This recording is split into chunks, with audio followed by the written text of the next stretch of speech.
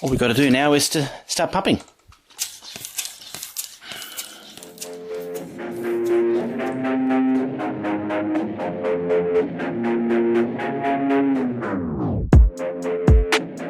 What is going on, everybody? Welcome back to the Fully Inflated Football video podcast. I am your host, Marcus Whitman. Very exciting week 14 of NFL football to recap. I'm also going to be going through some of my best and worst takes of the season, so another great episode ahead. But before we hop in, I do want to take a second to remind you that this show is brought to you by my Patreon. That is patreon.com/ThatFranchiseGuy, where you can not just support the show, but become a part of it through the Patreon mailbag. Just $1 a month gets you access to that mailbag where you can submit your questions for the show. $5 a month, you'll get access to my exclusive draft board for the 2021 NFL Draft and beyond, as well as access to my exclusive weekly NFL picks. And $10 a month, you get the full TFG Draft Insider package with prospect film breakdowns, lots of great stuff coming with draft season right around the corner. Just also did a Justin Herbert film breakdown there. So lots of great exclusive content there on Patreon, even more stuff than I mentioned, and you support the show in the process. So I appreciate you taking a moment to consider supporting the show and supporting everything I do. And if you are already a patron, I cannot thank you enough for your support. You really are the reason I'm able to do this show. Everything I do on YouTube, you literally pay my bills, put food in my belly. So thank you, thank you, thank you. All right, so without further ado, our heading topic today is going to be my 5 worst takes and my 5 best takes of the 2020 NFL season. That's going to include just projections as far as how the season went, along with some of my draft takes as well. And I'm going to be honest, man, I'm splitting this up 50-50 just for the purpose of the segment, but looking back on this, it really was assuring to myself. I take a lot of pride in being accurate with my prediction, relative to other analysts and stuff, and I really do want to give you the best NFL analysis possible. I take a lot of pride in that, and I deal with negativity on a daily basis from all the idiots on the internet. And it really was assuring to myself to go back and look and be like, all right, we're splitting this thing 50-50 for purpose of the segment, but I honestly do believe that it's far from that as far as me being right versus me being wrong. And I try to have takes. I try to have differing opinions. So it was really a confidence boost for myself to go back on this. Obviously, I was wrong about some stuff. It's going to happen. But I own the things I'm wrong. I'll be very transparent when I am wrong, but it's also good to reflect and be like, all right, yeah, like I had some good stuff in there as well. So this is going to be a fun segment to go into where I was wrong, where I was right. So let's start off with the 5 worst takes of my 2020 as we approach the end of the year here.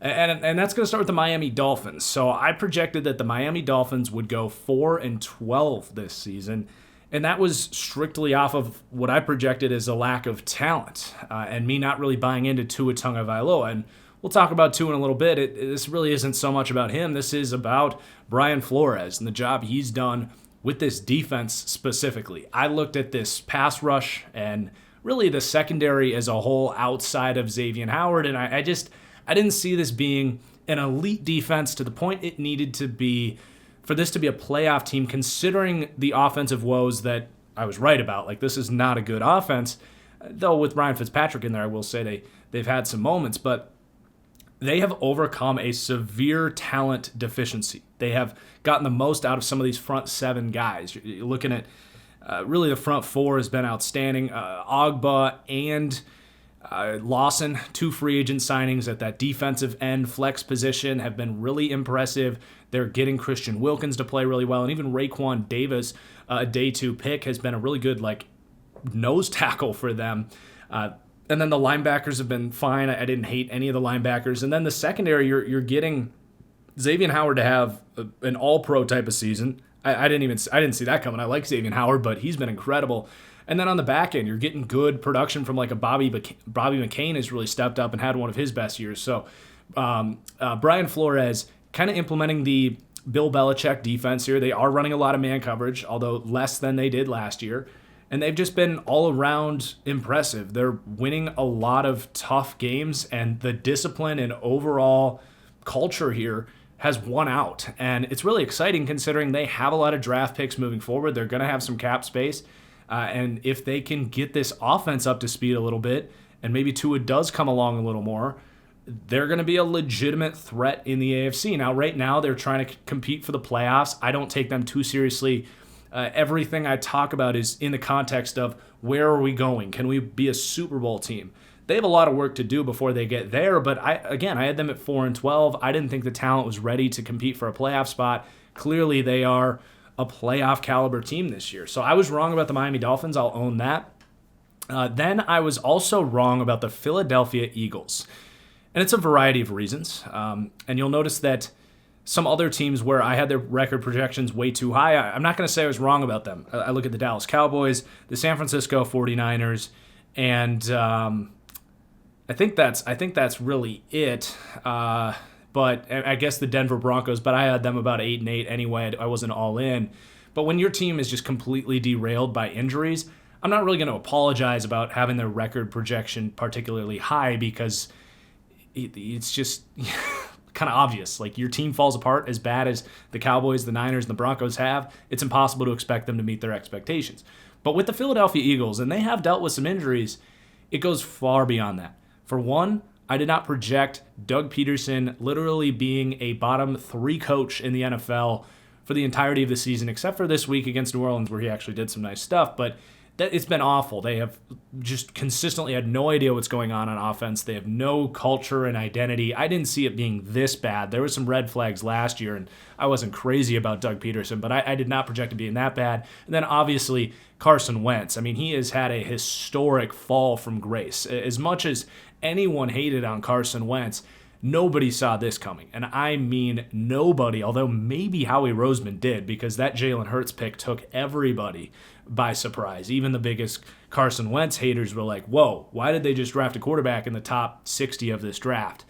So maybe Howie Roseman deserves some credit for that, for having the foresight to be like, you know what, Carson Wentz, there's some major red flags here, and he was inside that building. He could have seen that coming a little more. But anyway, the Eagles have been a terrible football team. They are lost on offense. Their defense is just not playing consistent, although I think they're fine on the defensive side of the ball. They just get hurt by the offense. But the combination of Doug Peterson's terrible coaching and Carson Wentz, and then, of course, the injuries, especially on the offensive line, does not help. But, man, I was wrong about the Eagles. I had them going 10-6. I had them as a playoff team. I think I even had them winning a playoff game.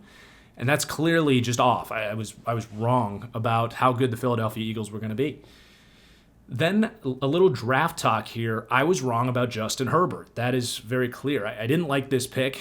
I wasn't quite as critical of this pick as I was about some of my other picks that I really didn't like, say Daniel Jones, Baker Mayfield, way back when I was just getting started, really getting into the draft stuff. But, you know, I saw the upside with Herbert. I saw the arm talent. I even went out on a limb and said that the second he gets drafted, he's going to have a top 5 arm in the NFL. I was actually higher on his raw arm talent than a lot of people were. So, you know, I saw the upside, but I didn't see it on tape at Oregon. And I don't think even the biggest Justin Herbert stans can say that this Justin Herbert is the prospect that was drafted coming out of Oregon, if that makes sense. But I think it's a learning experiment in a lot of ways to look at what Oregon did. And I look at 2 different things, and number one is they ran a complete horizontal offense.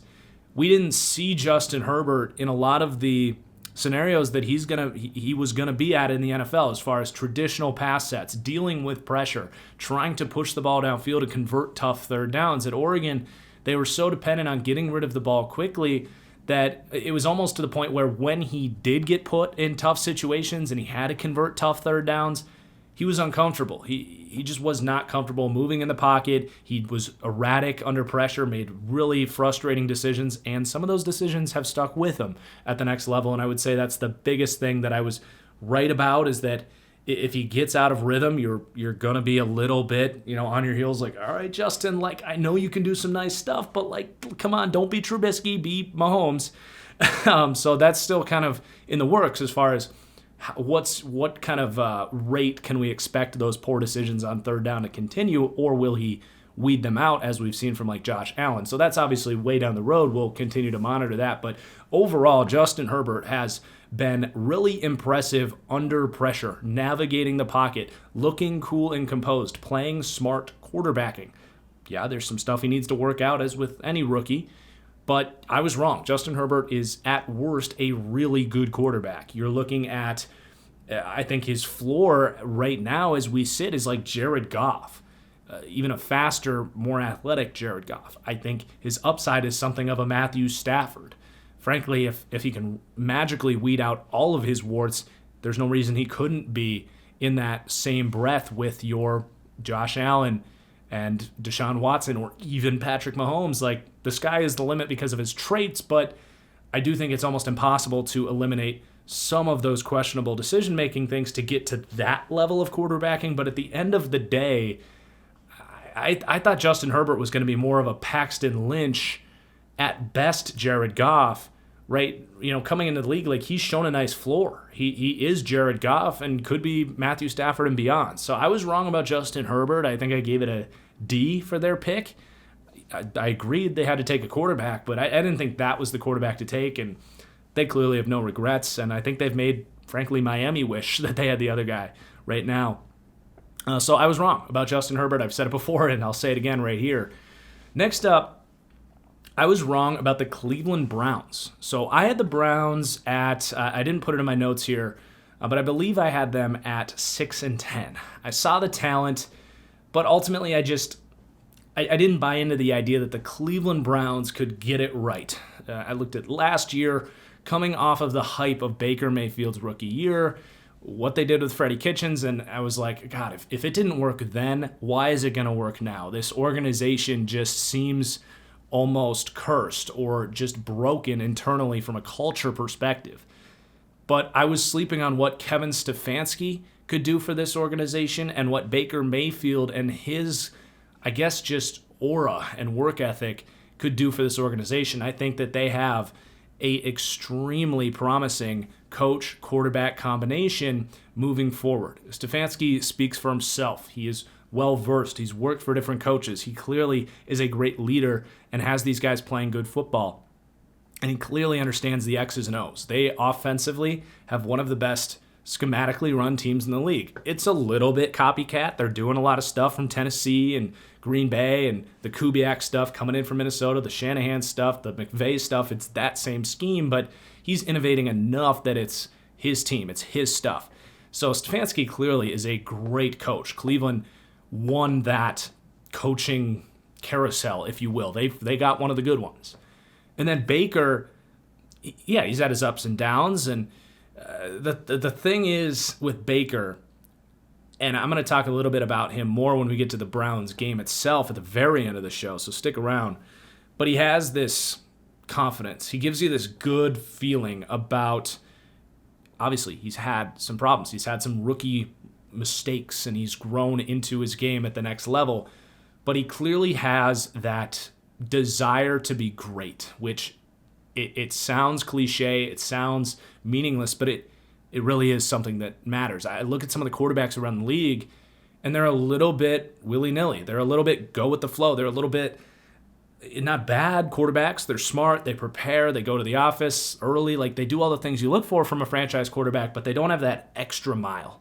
They don't have that passion to be the guy, that dude. And I see that in Baker Mayfield, and he's done some things as far as working on the worst aspects of his game, things like his poor kind of navigation of the pocket. Last year, he was just constantly drifting to his right and just walking into pressure. He's not doing that anymore. He was way too aggressive attacking the middle of the field. In his rookie year, he got away with some stuff, and it really hurt him in his second year. He threw a ton of interceptions over the second level of the defense, and he has taken a step back. He said, these are things I need to work on, and he's improved his game.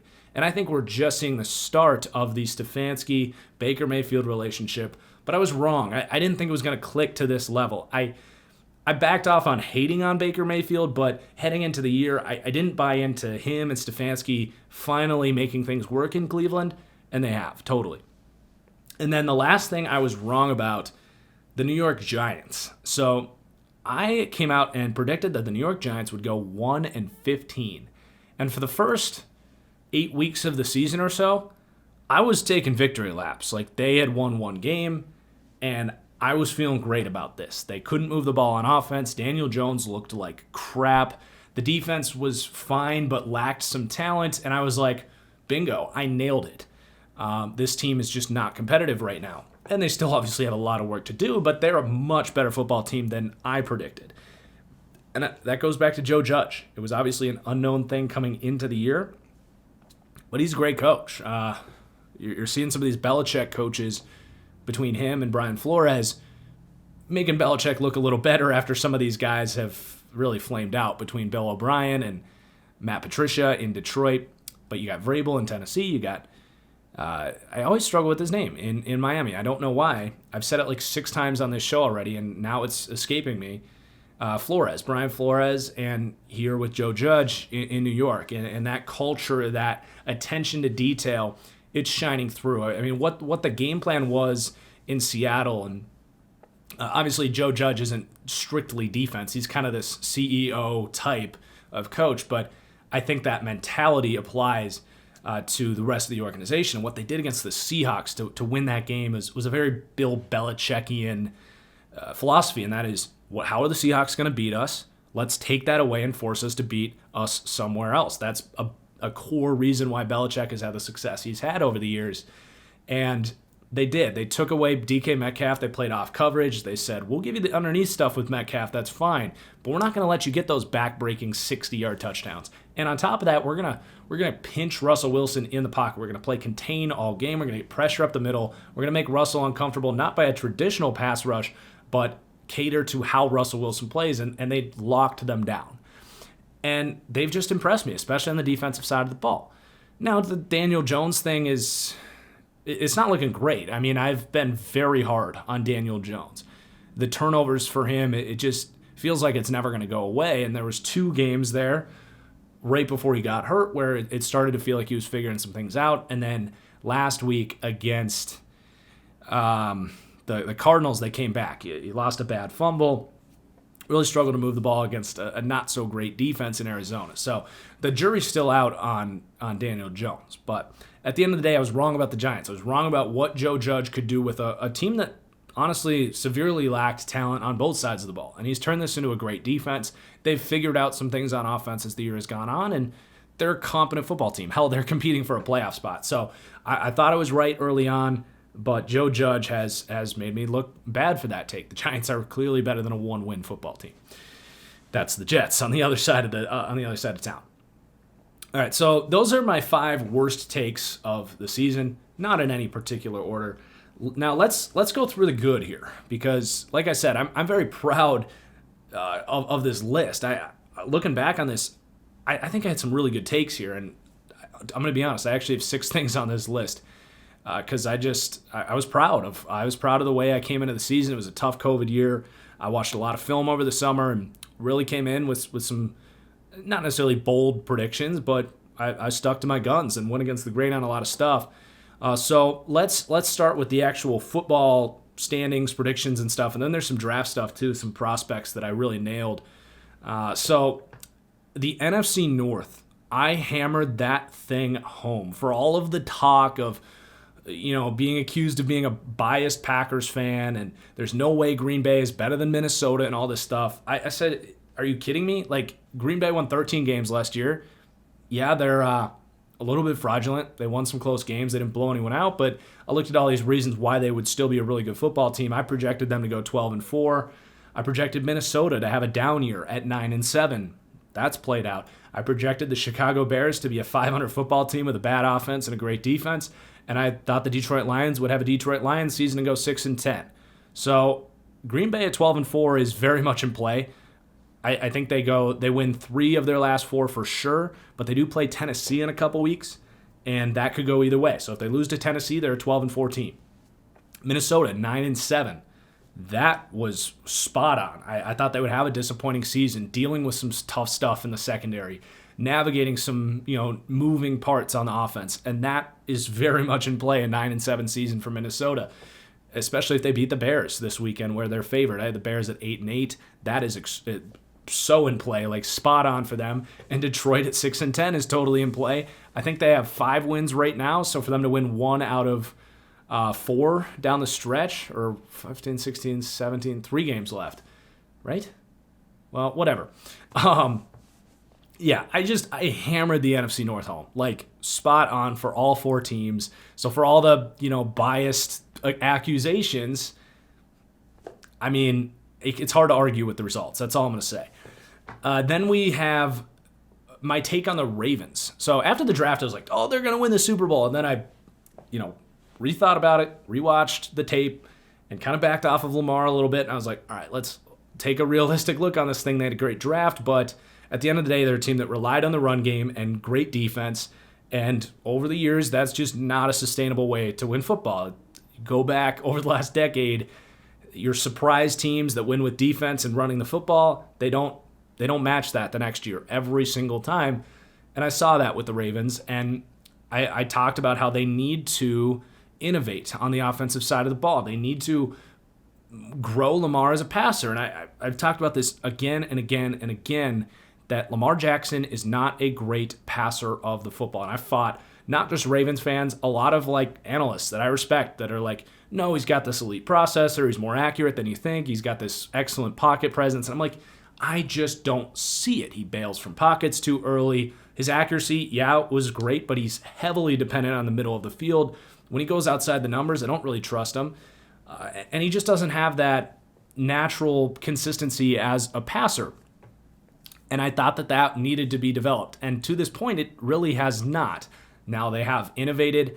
I had another great call within this season that is part of this.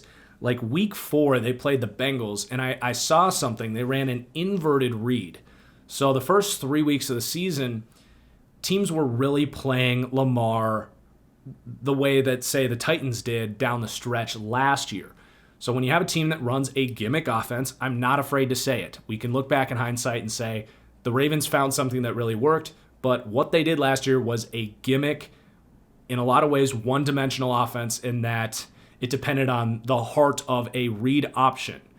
And teams have figured out that if you play extra contain, you move safeties outside of the tackle box, and you just kind of have them say, don't let Lamar get outside, it crippled the Ravens offense early on, and they did some of the adjusting. That was exactly what I predicted what would happen, but there was a play against the Bengals where they inverted the read. So traditionally, it's reading an edge player.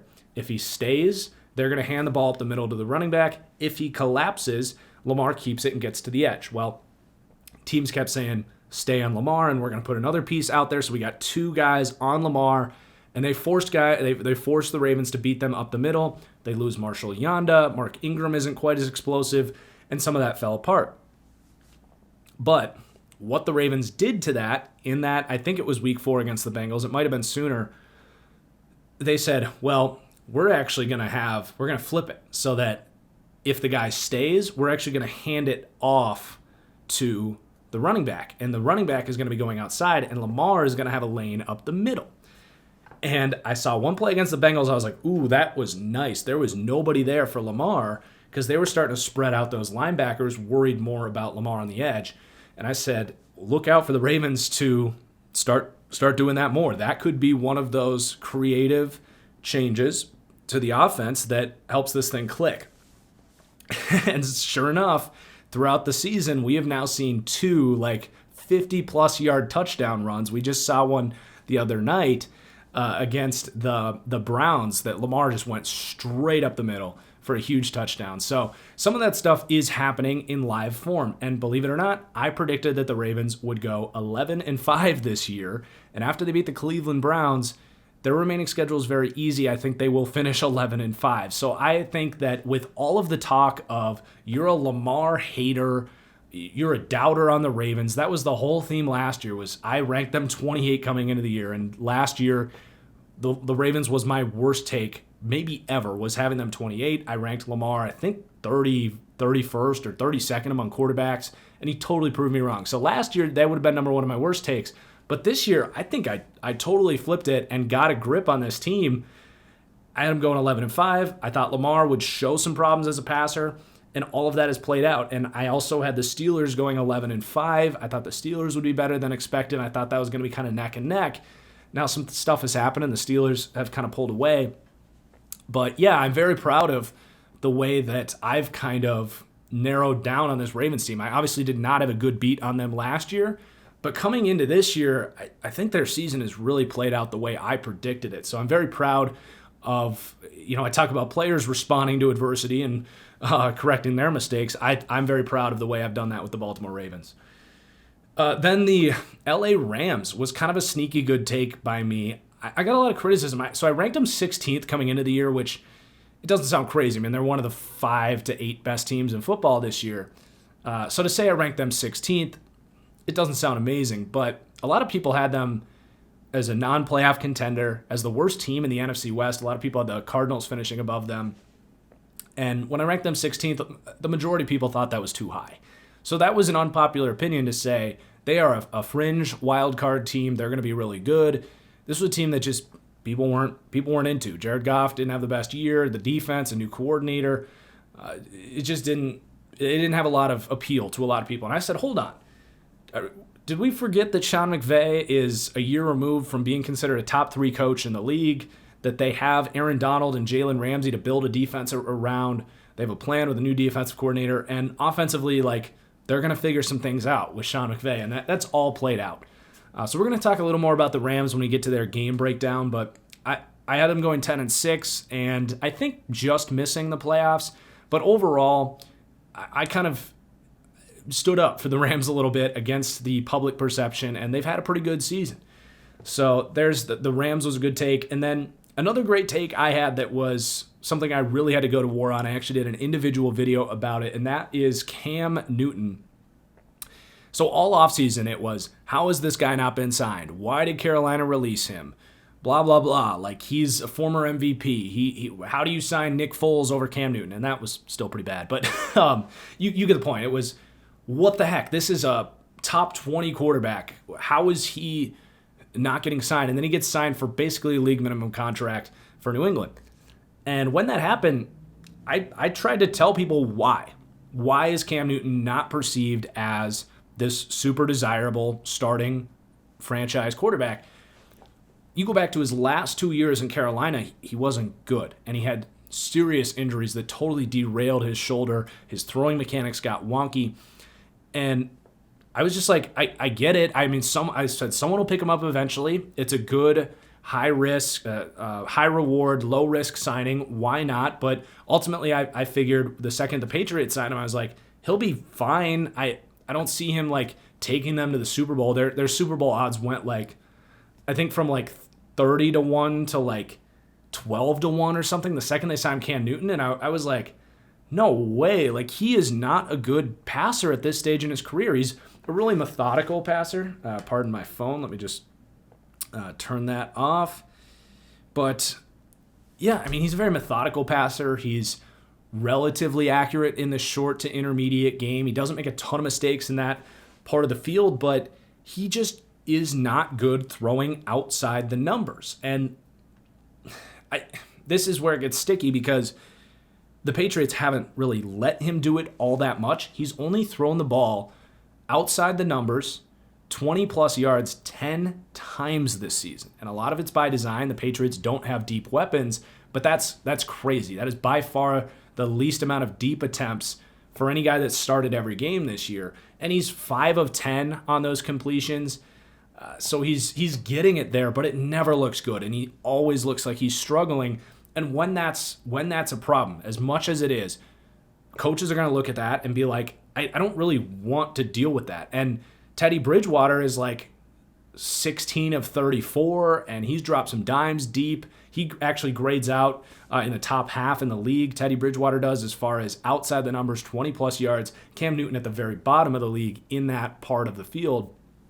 So he's just extremely limited as a passer. He also still shows some flaws that you go back to his MVP season, I criticized his natural feel in the pocket, that sort of shot clock. He can hang in the pocket too long. He's got this great mobility, but doesn't have, what I say a lot, that ability to know when and how to sense pressure and use his feet to extend plays, whether it's stepping up or whether it's scrambling. He will do it. He makes some nice plays when he does sense that pressure, but on a consistent basis, he doesn't have the best presence in the pocket.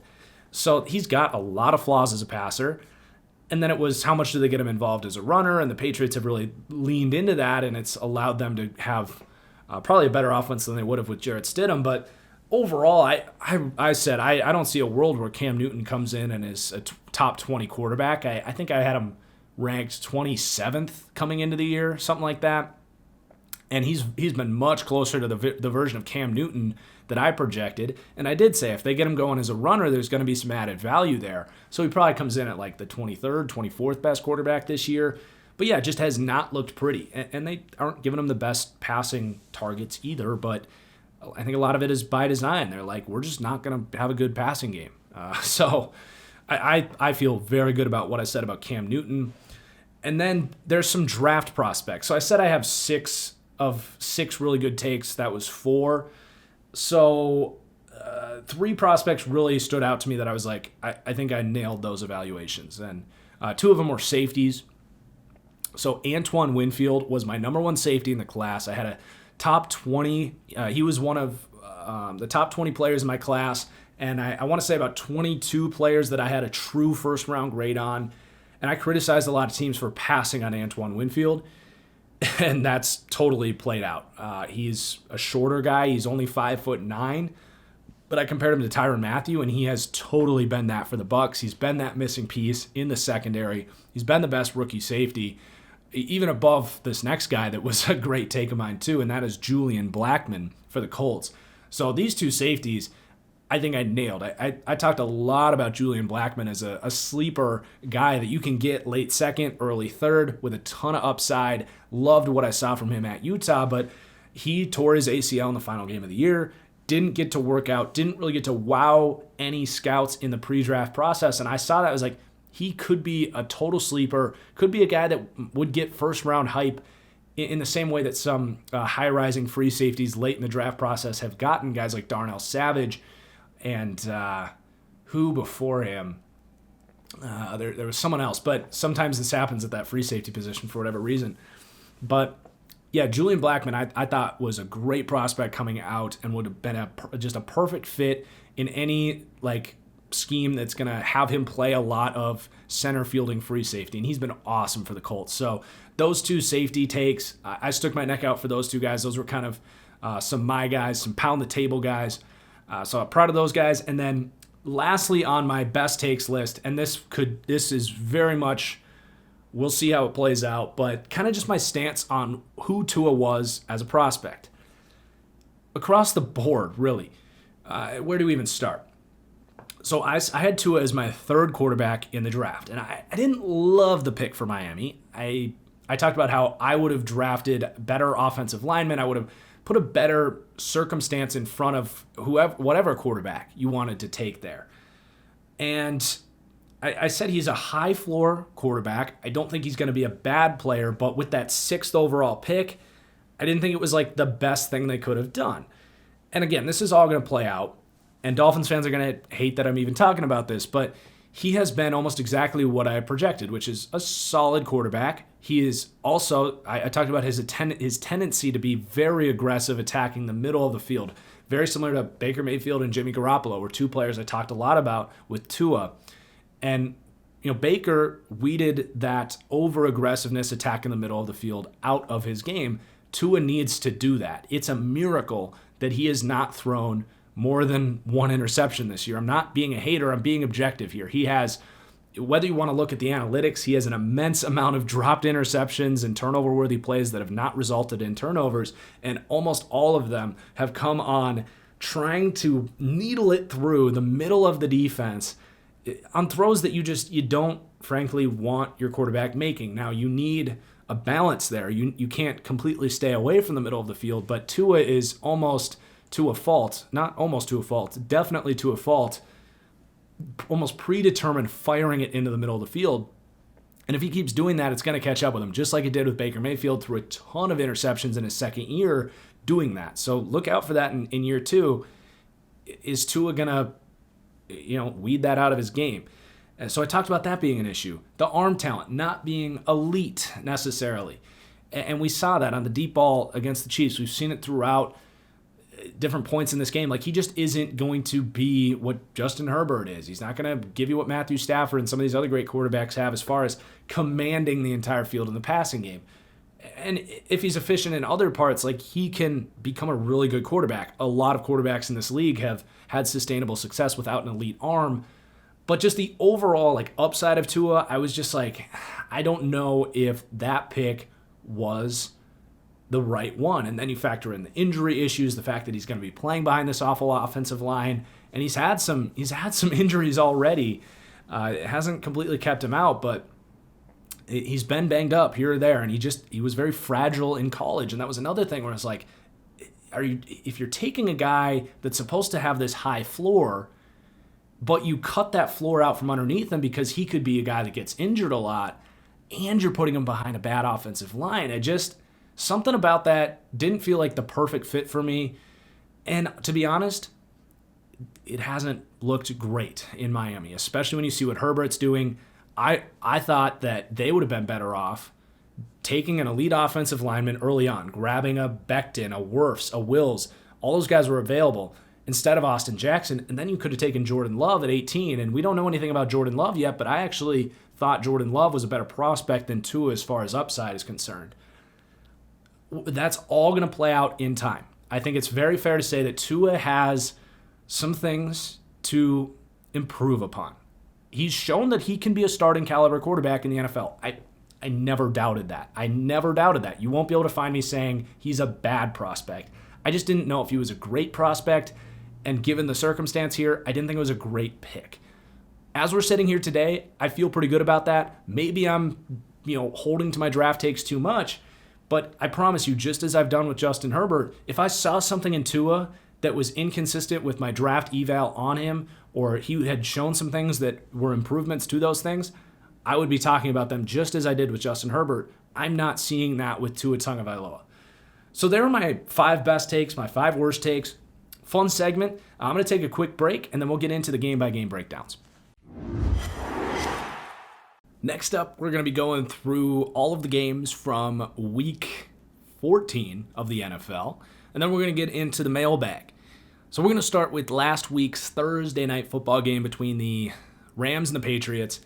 And I have so much more to talk about the Rams here. I mean, the Patriots, you guys have seen, I've kept them at 17 in my power rankings for like 6 or 7 weeks in a row. This is who they are. We talked about Cam Newton, kind of an anemic offense. They rely on running the ball. They go against a physical team like the Rams. They're not going to have a lot of success on offense. They had some rough breaks in this game that limited their overall score. They got stuffed at the goal line late. Then they have a field goal block, or another thing happened. I'm sorry, this was like a week ago, so I'm trying to recall the game. What else set them back? But yeah, this is the Patriots. They got a great defense. They've gotten better as the year went on with Bill Belichick, as they tend to do with him as their coach. But it's just, as with any team, bad offense, great defense, you're a limited team. It's one of the most consistent things in the sport is offense over the course of a season is going to be your best course of action. But for the Rams, they are a super reliable, steady, well-coached team. They might not necessarily be the most talented team every Sunday, or in this case Thursday, but they are going to be almost every time the most well-prepared, the most well-coached, one of the best schemed teams in the league, and they play fast, which, again, very basic, but not everyone does that. Not everyone comes out with that confidence. They fly off the ball. They know their assignment. They know on both sides of the ball how their role impacts everyone else on the play, whether it's the lead blocking tight end, understanding that I need to seal this guy because the running back is going to get that edge if I do, or on defense, it's Sebastian Joseph Day knowing I just need to fire into this A gap and demand a double team so that Leonard Floyd can loop in, or whatever it is. And they just do the little things so well. And they come prepared and they play fast, and it's really impressive. Now, I want to talk a little bit about Brandon Staley, who we talked on the coaches breakdown last week, which was a great podcast. I encourage you guys to go check that out if you haven't yet. But he's a Vic Fangio guy. This is the Rams' new defensive coordinator. So he was the outside linebackers, the edge coach, if you will, for Vic Fangio in Chicago, and then again in Denver, and Sean McVay sniped him. He was like, defense coordinator right there. Sean McVay is just a special dude. He's got that weird Einstein, Tom Brady, Michael Jordan, that rare human instincts. Like, he just knows talent. He knows how to win. It's just, we could go in depth about Sean McVay as a person and how impressive he is. But Brandon Staley himself is an impressive defense coordinator. He is doing a really good job basically plugging in the Vic Fangio scheme, which is a ton of off coverage, cover 3, cover 4, not a ton of man. They'll press Jalen Ramsey because they have him and he's a matchup nightmare. But for the most part, they have a steady scheme. They do what I say a lot of defenses need to do more of, and that is simplify things, let guys play fast, put them in a position to succeed, and that's exactly what they're doing. So by simplifying the scheme, you're getting guys like Troy Reeder and Kenny Young at that linebacker spot to step up. And coming into the year, you go back to my take on the Rams, they needed guys. They needed guys to step up because the reason people didn't like them, and this was fair, was you look at the roster and it's like they are so top-heavy. You got Ramsey and Donald and like nobody else on defense. And then you have Goff who can't really elevate everything else. So especially on the defensive side of the ball, they have gotten all of these role players to play like starting caliber guys, and I think that's the primary reason the Rams have surprised this year. The offense being pretty good isn't really a surprise. We kind of knew that was going to happen. But the linebackers are stepping up, especially recently. Troy Reeder and Kenny Young have kind of emerged there. They've rotated some guys. They've tried to figure some things out. Micah Keyser kind of feels like that's not really working out. And then the edge guys, Samson Ebukam, Leonard Floyd, Justin Hollins, rotating around, being creative with this 3-4 defense and really feeding off of Aaron Donald up front, Michael Brockers up front that demands some blocks, and Sebastian Joseph Day, who we talked about. It's just all kind of meshing together. It's a perfectly designed defense that allows guys to basically be in place and play their position and not give up big plays and keep everything in front of them. They play fast, they tackle well, they understand how their job impacts everyone else around them. So they got all that. And then you add on top of that the defensive player of the year in Aaron Donald and Jalen Ramsey, who can take out number one receivers, and just the combination of that just keeps offensive coordinators on their heels because you got to worry about blocking Aaron Donald, who opens up everything for everyone else if you do double him every play, which you should. And then you have to worry about how can we get our number one receiver open because Jalen Ramsey is outstanding. He is still quietly the best corner in football because he's not like Xavier Howard producing 8-9 interceptions. Xavier Howard is great in his own right, but people don't throw at Jalen Ramsey like they do at Xavier Howard. So it's just really impressive what's going on with this defense. And a lot of that is credit to Brandon Staley for kind of reshaping this defense in a way that Wade Phillips really wasn't doing. And then for the Rams offense, like I said, they come out, they play fast. They even have integrated this whole, like, we're more prepared than you. We know that our play design is going to beat your play design because Sean McVay is an excellent play caller. And they started doing this week 1 against the Dallas Cowboys. And it's funny, you've seen other teams that and the Niners were doing some of this last year too. So I think in all likelihood, McVay probably saw this a little bit from Shanahan because Jimmy Garoppolo and those guys were doing it last year. So maybe McVay wasn't innovating this idea, but he's fully implemented it to the offense. And that is this idea that we're going to break huddle. We're going to really get up to the line fast before you even get set. And we're going to snap that thing right away because we have confidence in the play call. Our guys know our assignments. They're going to just fly off the ball. And it's going to work a lot. And it's a lot of it looks the same. It's outside zone, it's duo up front, and play action off of that, and screens off of that. I've talked about before how it feels like they have about a 15-play playbook when you watch them. They just don't mix things up all that much, but they know what they do, and they do it so well. And it makes them a little bit one-dimensional. Like, if you can stop some of those concepts, you're going to see some more ugly games offensively, but it's really hard to stop that. Because they punch you in the mouth when they do it, and they do it so well. Cam Akers kind of boosted, I think, the ceiling of the run game this week. He looked awesome.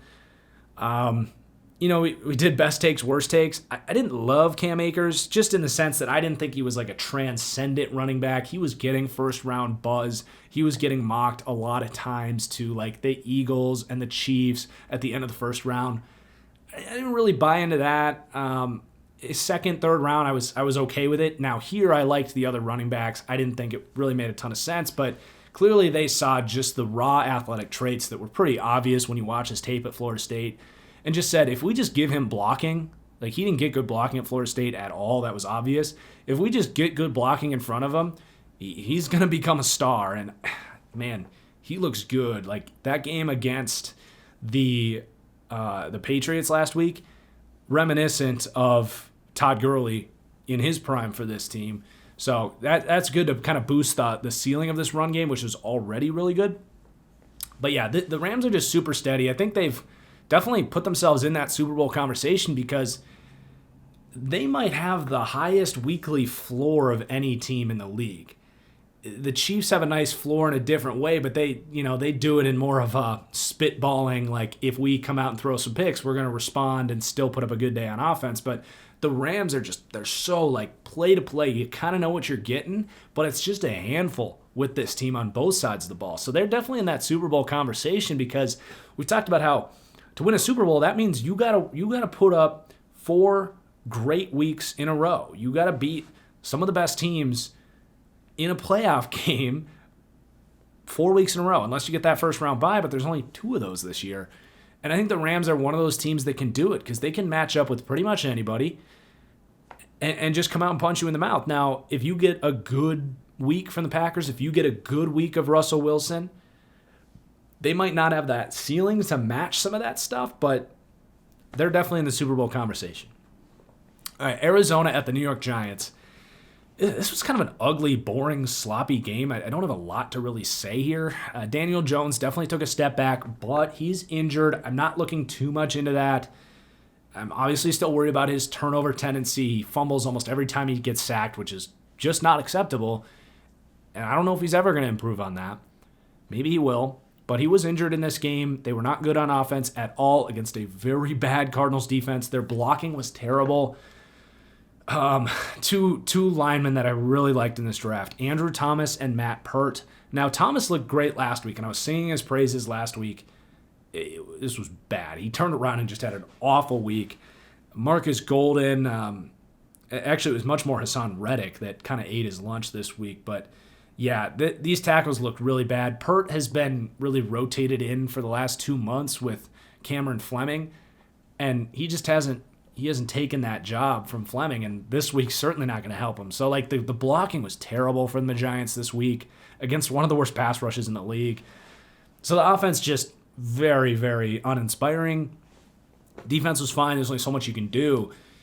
So it's kind of a rough day for the Giants all around. I think they'll be better moving forward. But for the Cardinals, again, like Kyler makes plays. He makes big things happen, and you have to play a good game to beat them because he's almost inevitably like the touchdown he threw on third down in the red zone to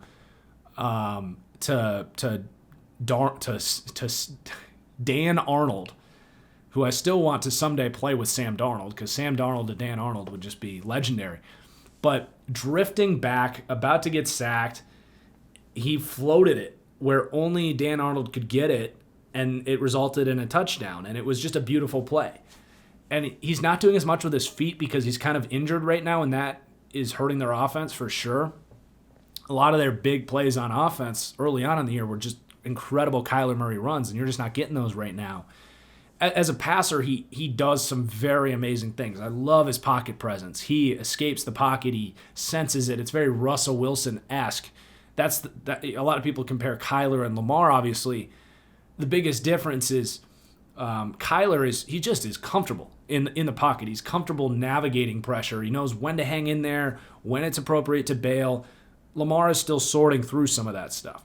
But anyway, I like Kyler Murray, but when it comes to processing and down-to-down execution, it's just not there. There's a lot of times where he's kind of staring down DeAndre Hopkins. He's not letting the play develop. He's not, processing zone coverage and putting the ball where it needs to go.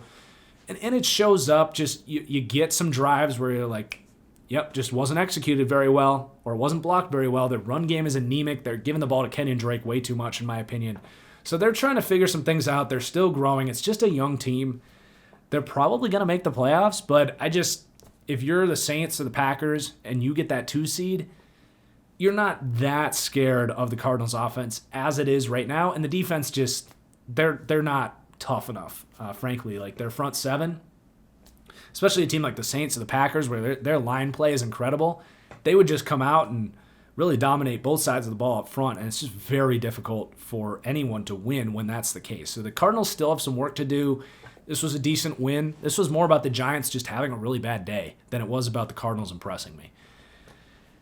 Then and Hassan Reddick was ridiculous, by the way. I think Cardinals fans would be mad if I don't talk about Hassan Reddick. He's been fine this year. He's probably had his best year, which isn't saying much. He's been a bust.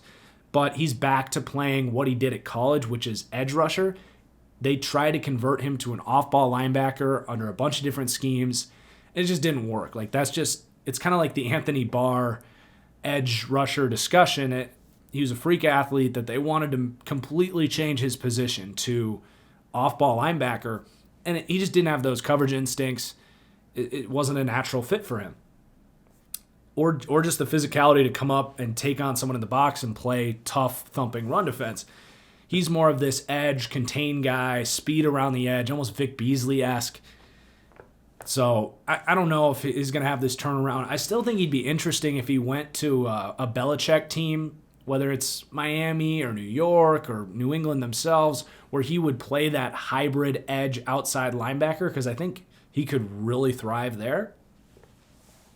But it is what it is. He had a great game. I'll give him credit for it. It's actually his 10 sacks on the season. Obviously, half of those in one game is just crazy. But he's having a good year. He's showing some of that speed around the edge. Andrew Thomas, a couple times, just could not keep up with him with his kick slides. That's Andrew Thomas's biggest problem. It was coming out of Georgia. Is just he needs to get depth quicker. He needs to improve his foot speed. It's something that's very workable, but he's not there yet. All right. Dallas at Cincinnati. I'm not going to spend much time on this game. The Bengals are the worst team in football to me. If you actually take time to watch the Bengals, because there's so many people that come into like my power rankings, they're like, the Jets haven't won a game yet. You're so wrong. How are the Bengals the worst team in football? You're not watching the Bengals. Like, I'm sorry. The Jets are ugly. They're really bad. They're both in their own complete trash tier. Neither of these teams are going to win a game the rest of the year, but the Bengals they can't move the ball on offense. They had like 4 fumbles in this game. Their offensive line is one of the worst I've ever seen. Their quarterback is Brandon Allen. He's terrible. Their running back's hurt. They have no run game. And their defense just doesn't give a shit. So, like, they're the worst team in football to me. So I'm not going to praise the Cowboys for winning this game. Andy Dalton was pretty good in this game. He was actually pretty solid against the Ravens, which I thought Dalton was going to look terrible against the Ravens. And he hung in there and made some tough throws. Like, he's, I think, getting up to speed a little bit. They're improving the offensive line slightly. They're getting this offense back a little bit. Their defense still stinks. I don't think Dallas is going to sneak in and win the NFC East. It's possible, but with the Washingtons beating the Niners last week, it's just pretty unlikely. But it sounds like McCarthy's going to be back next year, so that's a W for the rest of the NFC. He's a fraud. Denver at Carolina. So for Carolina, not much to really say. I mean, when I talk about teams, it's always, you got to keep that in mind when you watch my stuff. Anything I say about a team, it is always, at the grand scheme of things, it is always in the lens of, what are we doing here? Where are we going? How are we going to win a Super Bowl with our current path? So I could sit here and talk about how the Panthers are coming along and their offense looks nice and they got these great pieces on defense, and they do. That's a start. But at the end of the day, it's where are we going? And this is a huge offseason. I think the Carolina Panthers are the most intriguing team to watch because, A, they have an owner that I respect the hell out of in David Tepper, and I think him and I probably think a lot alike as far as I don't want to be a perennial 10-win team that gets bounced in the first or second round of the playoffs every year. He wants to win. He comes from the Pittsburgh Steelers. He understands what a championship culture looks like, and he wants that. So I know, I can say with almost 99% confidence that David Tepper looks at Teddy Bridgewater as that bridge quarterback, and he is going into this offseason, and he says, I don't really care what else happens here. I want to do everything I can to get a franchise quarterback. And I think he is frankly ecstatic that this team looks competitive, but they're losing games to teams like the Broncos and the Falcons and teams that they're going to be passing up in the draft to get that quarterback. It's a big deal. It's a bigger deal than it seems right now that the Panthers lose out, because if you don't get, in my mind, and this could very well change come draft season, but there's 3 quarterbacks in this class that I would say I want to do everything I can to take a swing on that guy. Obviously, Lawrence, they're not going to get Lawrence, but Fields and Zach Wilson, I think, are ahead of the crop as far as, and Trey Lance is kind of in there, but I don't know. I'm not, like, what's the huge difference between, say, Jalen Hurts and Trey Lance as prospects? Or Jordan Love last year and Trey Lance? He's more in that breath of, like, he is total boomer bust. But if you can get one of those 3 guys, you're feeling good. But even where they sit today, I don't know if they are going to get that potential 3rd overall pick that they need. So they have a really interesting offseason of, do they go with a Trey Lance? Or do they punt the quarterback down to next year and really risk entering purgatory here? Or do you trade for a Sam Darnold or a Carson Wentz or something I've floated out as Jordan Love with the Packers? Could he be available after Rodgers has responded? But they are a very intriguing team because I trust their ownership to think the way I think, which is I don't really give a crap about being, no offense, but like the Bengals were for so long, or like the Titans were for a long time, or these teams like the Vikings, teams that just don't have that elite franchise quarterback, and you just don't feel great about winning a Super Bowl. I don't think that David Tepper wants to be that team. I think he's going to take risks to get that quarterback, and I'm kind of excited to see what he's going to pull off.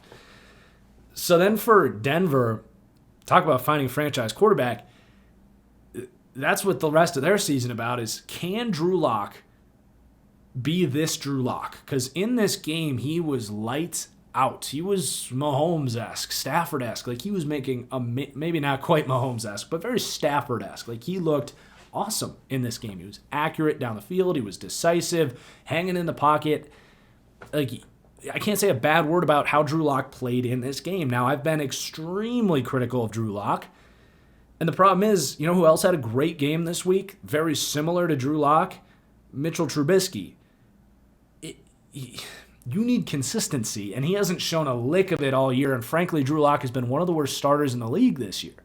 So undoubtedly, you're encouraged by how he played, but it's as simple as do it again and again and again for the rest of the year, and then maybe we have trust in you again for next year. But the worst case scenario is, what are there, 3 games left? The worst case scenario is he plays great next week and then sucks the week after that, goes back, throws 2 picks, terrible decision-making, bad pocket decisions, all that. And then week 17, he looks great, and John Elway says, we're going to run it back with Drew Lock, because that's going nowhere. That is going into next year with Jameis Winston as your quarterback, basically.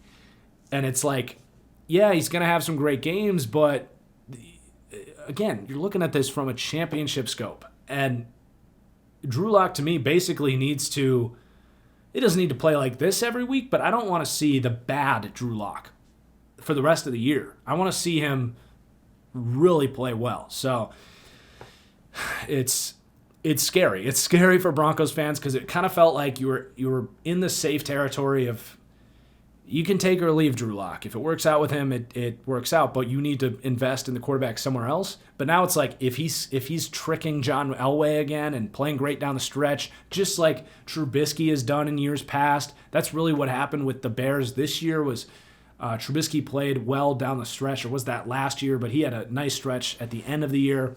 Sam Darnold did it at the end of his first year with the Jets. The quarterbacks go on runs. They get hot, but is that who they are as a passer? I don't know, man. Development happens, but also high variance happens as well with a lot of quarterbacks like Drew Lock, like Trubisky, like Jameis Winston, where they have these athletic abilities, and sometimes in an individual game, those mistakes just don't show up. and you get a really nice looking game. But then the next week, those mistakes just pile back up. All right. Houston at Chicago. Literally nothing to say about Houston. They've started their GM search, so they're interviewing Louis Riddick. He currently is doing Monday Night Football. Sounds like smart football mind. Some people are pointing out some really bad draft takes of his.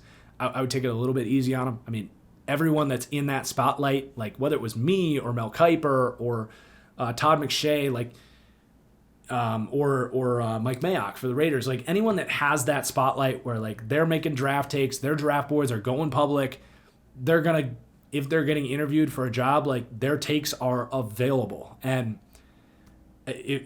that's the case with every scout in the league. Everyone has bad takes, so I wouldn't look too much into like he was like higher on, he didn't like Jalen Ramsey or something.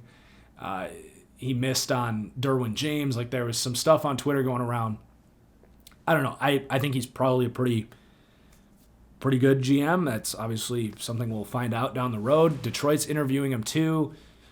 We'll see. We'll see about that. I don't think it would be a bad hire. I don't know if I'd be like, oh my God, best hire ever, but he seems legit. And I did have the thought, if the Texans did hire him and then they got Eric Bieniemy, would that be the first trio of black men in the NFL, quarterback, GM, and head coach?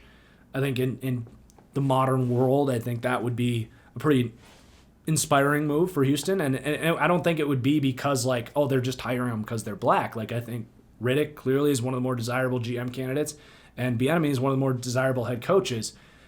It would be cool. I'm curious if that would be the first kind of, three-headed approach with the, all black men being the face of your organization.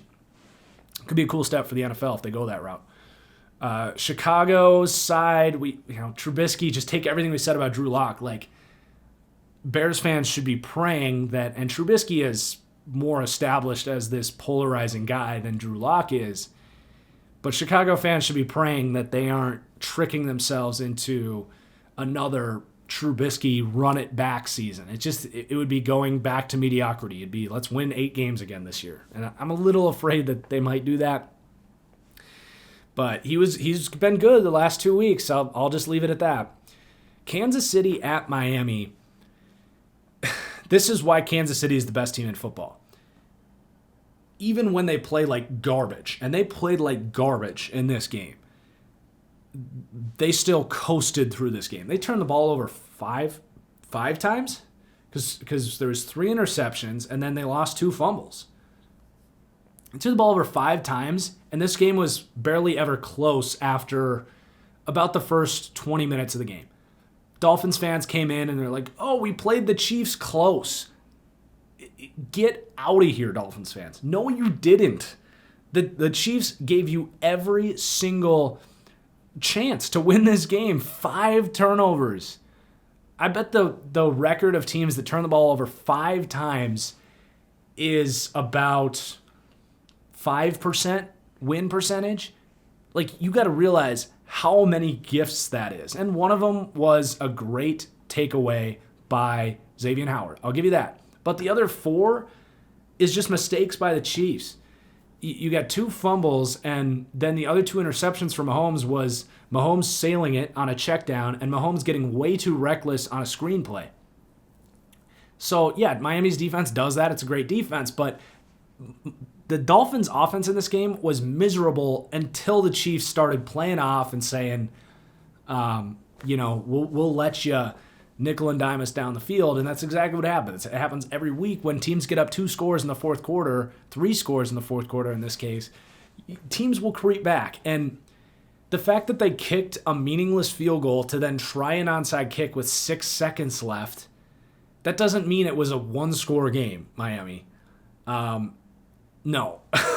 This was effectively Miami getting dominated by the talent of the Chiefs, because this is your typical defensive-minded team.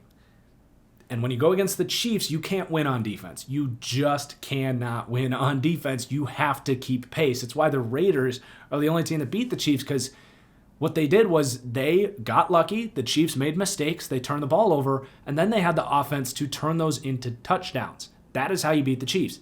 A, you get lucky and they make mistakes, and B, you capitalize on those with touchdowns. And the Dolphins didn't. They turned those into punts and missed field goals and one touchdown. So Miami I was wrong about them. They are a good team. They are a playoff team. But everything I talk about is in the lens of Super Bowl. Miami ain't close to the Chiefs. So this was, for all intents and purposes, a blowout. I'm sorry, Dolphins fans. It was a slaughter that looked a lot closer because of some random stuff that happened. So that's really all I have to say. We talked a lot about Miami earlier, so I won't go in depth. Again, I'm not trying to shred Miami, but they have a lot of work to do. Tua, I talked about him as well. They just aren't there offensively. They're one of the 10 worst offenses in the league. Now, they've got some pieces here, Parker and Gesicki. I like the center that they signed from New England, but these rookie offensive linemen do not look the part. And, they got Trey Flowers at left guard. That's kind of a Band-Aid. And they just don't have a ton of playmakers here. So they just have work to do. It's as simple as that. They're a good team that has a lot of work to do if they want to win a Super Bowl. And I don't know if Tua is the guy with the upside to get them there either. Okay, Minnesota at Tampa Bay. Let's start on the Vikings side of this one. I don't think there's a team in sports that, or at least in the NFL, that handles expectations worse than the Vikings. As soon as you believe in them, they do the most ridiculous things that cause them to lose, and you ruin those expectations. And that's exactly what happened here.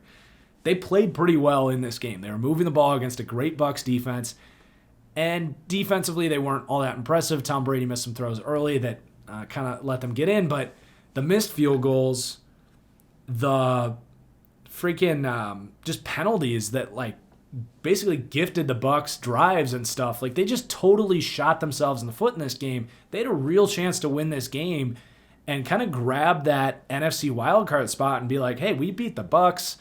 We have the spot. We're winning in. We control our own destiny. And they come out, they miss 10 points on field goals, and they have a pass interference on a Hail Mary that was probably pass interference. When you watch it back, my initial reaction was don't call that on a Hail Mary. But when you watch it, they really did interfere with Gronk. I think it was Anthony Harris. It might have been someone else. But he doesn't turn his head around. If you can't turn your head around on a Hail Mary when there's all these guys around you, that is on you.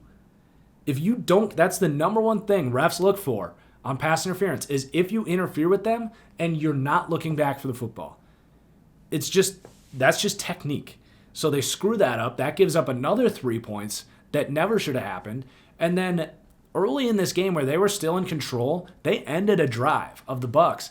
But Harrison Smith, for the third time this year, comes in like a spear and gets helmet to helmet. It keeps the drive alive. There's a pass interference later in this drive. It was unbelievable the amount of things that they gifted to the Bucs in this game. And the Bucs were just like, hey, we'll take it. They had that one really nice throw. Tom Brady made two really nice throws. He stepped up in a completely clean pocket and dropped a dime to Scotty Miller, who got the one-on-one look. They just have too many weapons for any defense to be worried about Scotty Miller, and Tom Brady knew it, and he dropped a dime on a deep post. And then he hit, was it Evans? Yeah, it was Evans. He dropped a dime down the sideline. But other than really two throws, the Bucs were pretty uninspiring. They didn't do that much on defense that was crazy. The pass rush came alive late, but it's against the Vikings O-line, and they ran the ball a ton. So this was a lot more to me about the Vikings just shattering expectations, being their typical selves, and just falling under pressure. Kirk Cousins wasn't even that bad in this game. But yeah, the Bucs are kind of finding their formula. I don't know if they're going to be able to do this every week. You can't rely on 13 points in the kicking game just gifted to you, basically. That's just tough. Their offense is not all that good. Like I said, they made a couple throws because they're going to be looking through the design of this Bruce Arians aggressive offense. But I still don't feel great about this offense coming off the bye week. Tom Brady's fine, but he missed some concerning throws in this game too. The mistakes aren't really there. Like, he's taking care of the football, and they're running the ball pretty well. So, like, they're a fine offense. I'm kind of out on this idea at this point that they're ever going to turn into an explosive, like, crazy offense like the Chiefs or the Packers or even, some of these other, like the Raiders. This Vikings offense is more explosive, frankly. Tampa Bay is turning into more of this, kind of like the Pittsburgh Steelers in a lot of ways. We're going to run the ball. We're going to make some plays in the passing game. Now, the Bucs are a much better vertical offense, which is better than what the Steelers have, but kind of in that light of closer games, not going to win a lot of blowouts, don't make mistakes, get some big plays when they're there, and just play good defense.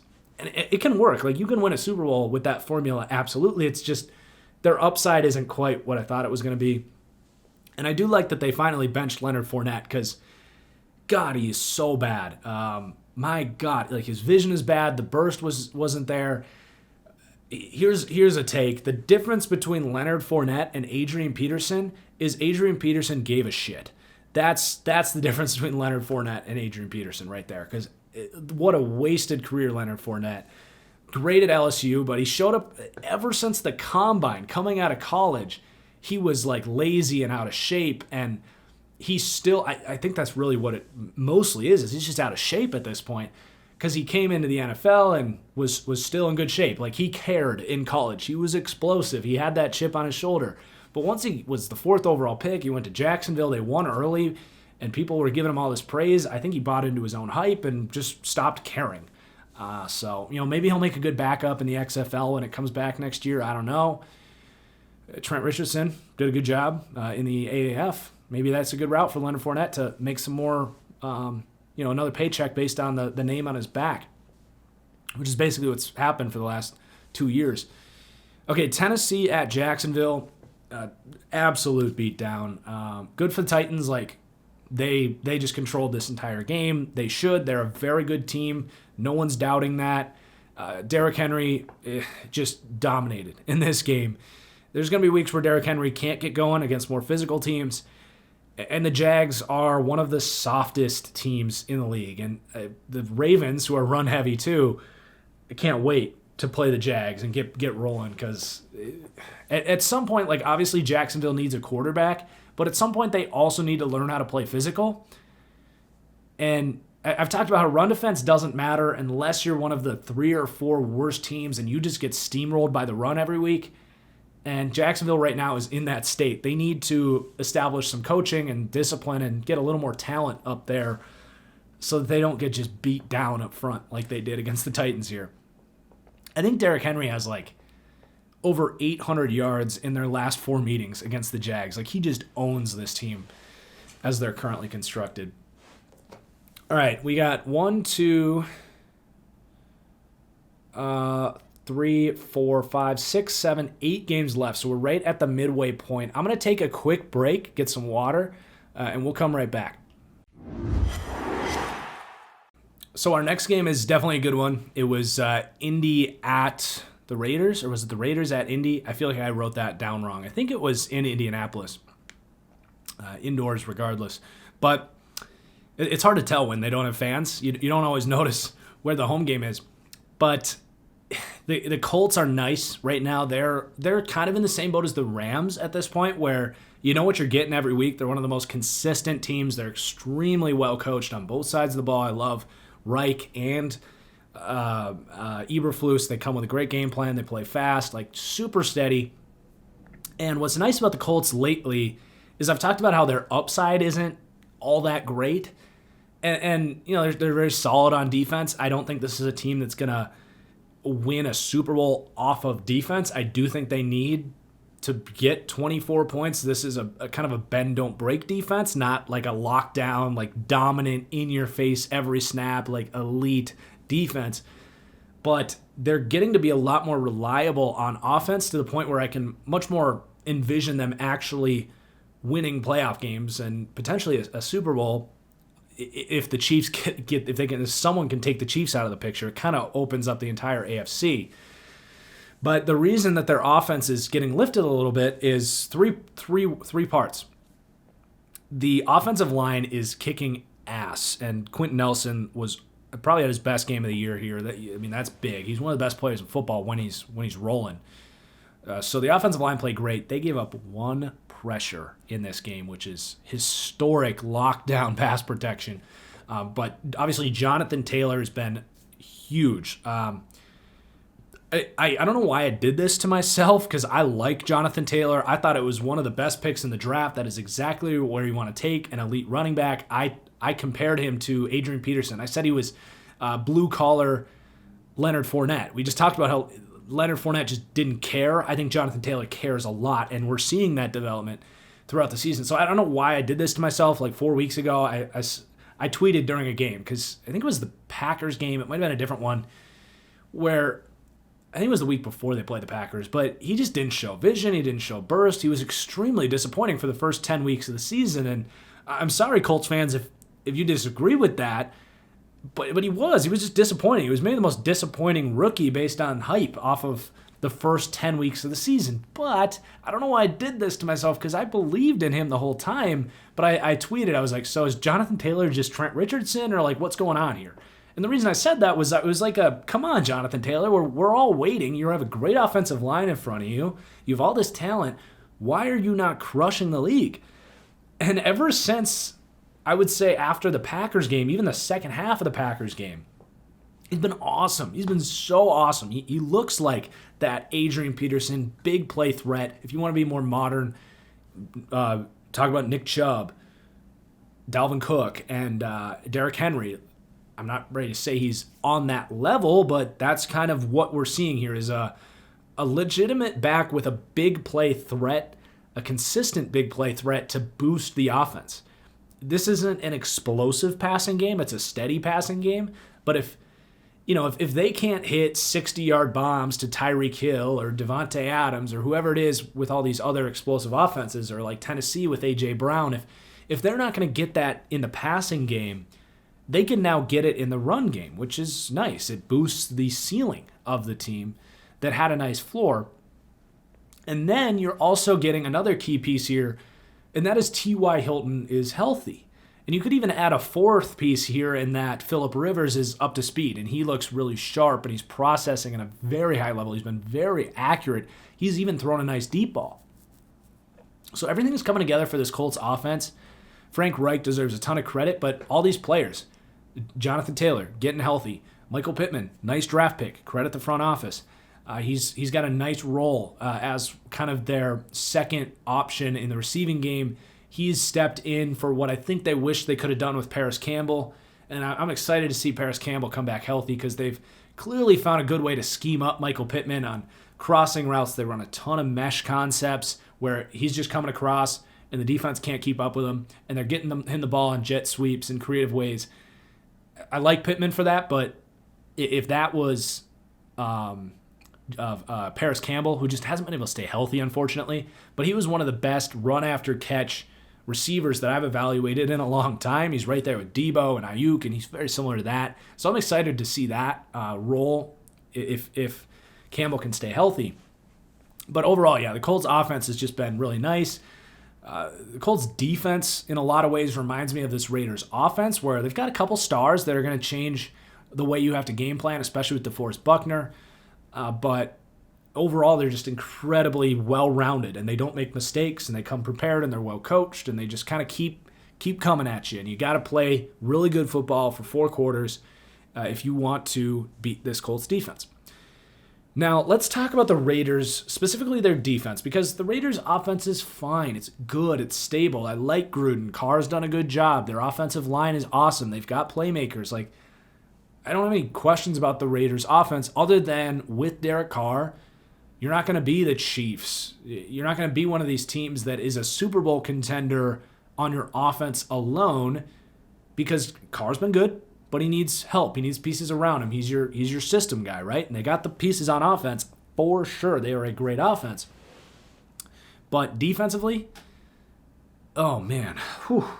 So this could have been on my best takes list, but they've done enough offensively to be a winning team, so I was more wrong about the Raiders than I was right. But where I was right about the Raiders is that this defense is a problem, And it comes back to some of the worst draft picks and just overall decisions from the front office over the last couple of years that I don't like. I don't trust. It started with the Jonathan Abrams pick. That's looking like one of the worst draft picks of the last 2 years. Spent the 24th overall pick. They traded Amari Cooper for this guy. Holy crap. Holy crap. Like, think about that for a second. That's terrible. I mean, he is not a good football player. Yeah, he's got a nice highlight reel. He'll come up and hit you. He had an interception land in his lap a couple weeks ago. But oh my God, he's terrible in coverage. He might be even worse in coverage than I expected coming out, and that is saying something. Now, there is this conversation to have about, they fired their defensive coordinator this week, by the way. Paul Gunther's gone. And Raiders fans are saying that this is going to be a dramatic improvement because the coordinators are always the first to blame. The fans hate to blame the players. It's always the coordinator's fault first, and then it's usually the second coordinator's fault, and then eventually some fan bases will come around to realize that, okay, maybe the players just aren't that good. That's usually the case, and I think that's definitely applies here. But I will say there are some schematic decisions being made here that are very head-scratching, but it goes back to the second Gruden took over, so I don't know if that's actually going to change. I think it might be a Gruden thing. So that's all in the secondary, the schematic things as far as where these guys are getting used. So we just talked about Jonathan Abrams. Why the actual F is he playing so much free safety? I said it the second they drafted him and said he's a free safety. What? No, he's not. He has no range. He has terrible coverage instincts. He gets lost in open space. I don't know what the hell they saw from him from Mississippi State, where he was a box safety who came downhill and hit you. Best case scenario, he could be Adrian Amos. You know what? Screw that. He doesn't have the range of Adrian Amos. Best case, he could be as good as the Colts strong safety, Kadari. Is it Kari Willis, a fourth-round pick out of Michigan State, who is almost an identical prospect to Jonathan Abrams, a box safety who can tackle well, but you never want him in compromising positions in coverage. That is exactly why I said from day one that was a miserable pick. They were going to regret it, and it's played out perfectly since. So I'm sorry, Raiders fans. I know you want your former first-round pick to be this Jamal Adams, superstar strong safety. He just isn't. He is a dime a dozen box safety who also, yes, happens to be put in a completely compromising situation as a free safety. He can become a starting caliber strong safety in a role where he's got talent around him and they're not asking him to play this rangy safety spot. So I agree on that front that they're using him incorrectly. But the problem is the role that he should be playing, like, it's not worth the first round pick that they spent on him. Case in point, Kari Willis for the Colts, who just was so much better than Jonathan Abrams in this game. But yeah, so that's weird. The second they signed LaMarcus Joyner and said he's a slot corner, so they're paying LaMarcus Joyner $10 million to play slot corner.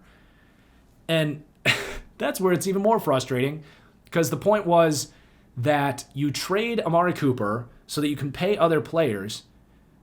You get a first-round pick that you waste on Jonathan Abrams, and then you waste that cap space that they got on LaMarcus Joyner. Not that he's bad, but they're paying him $10 million to play slot corner when the best football Joyner's ever played was at free safety. So you're making Abrams worse by playing him at free safety. You're making your offense worse by giving away Amari Cooper. You're making LaMarcus Joyner worse by playing him out of position. Do you see where I'm going here? This is colossal mistakes being made by the front office down through the coaching staff. And we'll see if a new defensive shift puts them in the right positions, but I don't think they're going to change these guys' position, at least for the rest of the season. Maybe they will, and I will talk about it if they do, gladly. We'll keep an eye on it. But the cap space that they were supposed to give Amari Cooper, they gave to LaMarcus Joyner and to Tyrell Williams, who is a worse receiver than Amari Cooper. So that's head-scratching. Your other safety is Eric Harris, who is not a starting caliber player.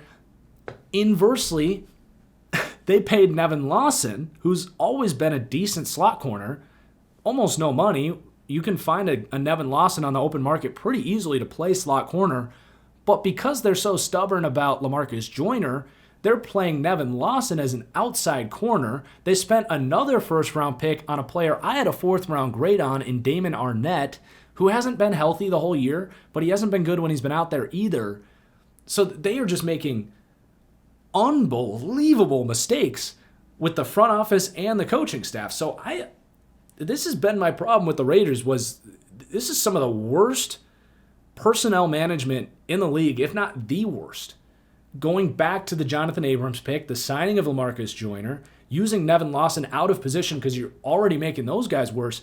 So just by changing their positions, you could have a free safety in LaMarcus Joyner who's good. He's good at free safety. He was really good for the Rams. That's why he demanded as much money as he did, but they wasted that contract on a less valuable position. So you could upgrade at free safety. You could upgrade at strong safety by moving Jonathan Abrams down into the box much more. You could upgrade at slot corner. I think Nevin Lawson is probably at least a push at slot corner with LaMarcus Joyner, and then you're upgrading at outside corner because anybody is better than Nevin Lawson at outside corner because that's not his position. It's mind-numbing what's going on here.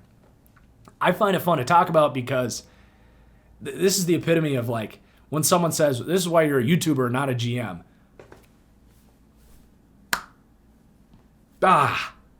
What? All right. I'm done shredding the Raiders. Their pass rush sucks too. They had one pressure in this game. We didn't even get into drafting Clelin Ferrell 4th overall, trading away Khalil Mack. Like we didn't even get into that. It's pretty funny what's going on with the Raiders as far as the decisions being made on the defensive side of the ball. I love everything they're doing on offense, don't get me wrong, but it's the defensive decisions that's just like, what is going on here? All right, the Jets at Seahawks. Let's get through this one pretty quick. I mean, I did have one takeaway here, and this is a lesson in that run defense is at least 50%. Playing good run defense is at least 50% strictly motivation and effort. On both sides of the ball, we saw it here. So for the Jets, I didn't understand the firing of Greg Williams. It seemed like what's the word? Like a false message. There's a saying for it, but it seemed like just a lame way to say, oh, we're not tanking. We're actually really mad that Greg Williams called a zero blitz that cost us the game against the Raiders. Is it virtue signaling? I guess that probably doesn't really apply to football. That's more about ethics. But anyway, Greg Williams was the best thing the Jets had going for them. I'm sorry. Like, yeah, he's not a great dude. He's had some serious controversy over the years, but clearly the defense wanted to play for Greg Williams. Quinnen Williams was breaking out, and I think the Jets messed up firing Greg Williams because Lorenzo Fatukasi had his worst game of the year. I mean, he wasn't bad. He's a really good nose tackle. Quinnen Williams disappeared. The rest of the front seven disappeared.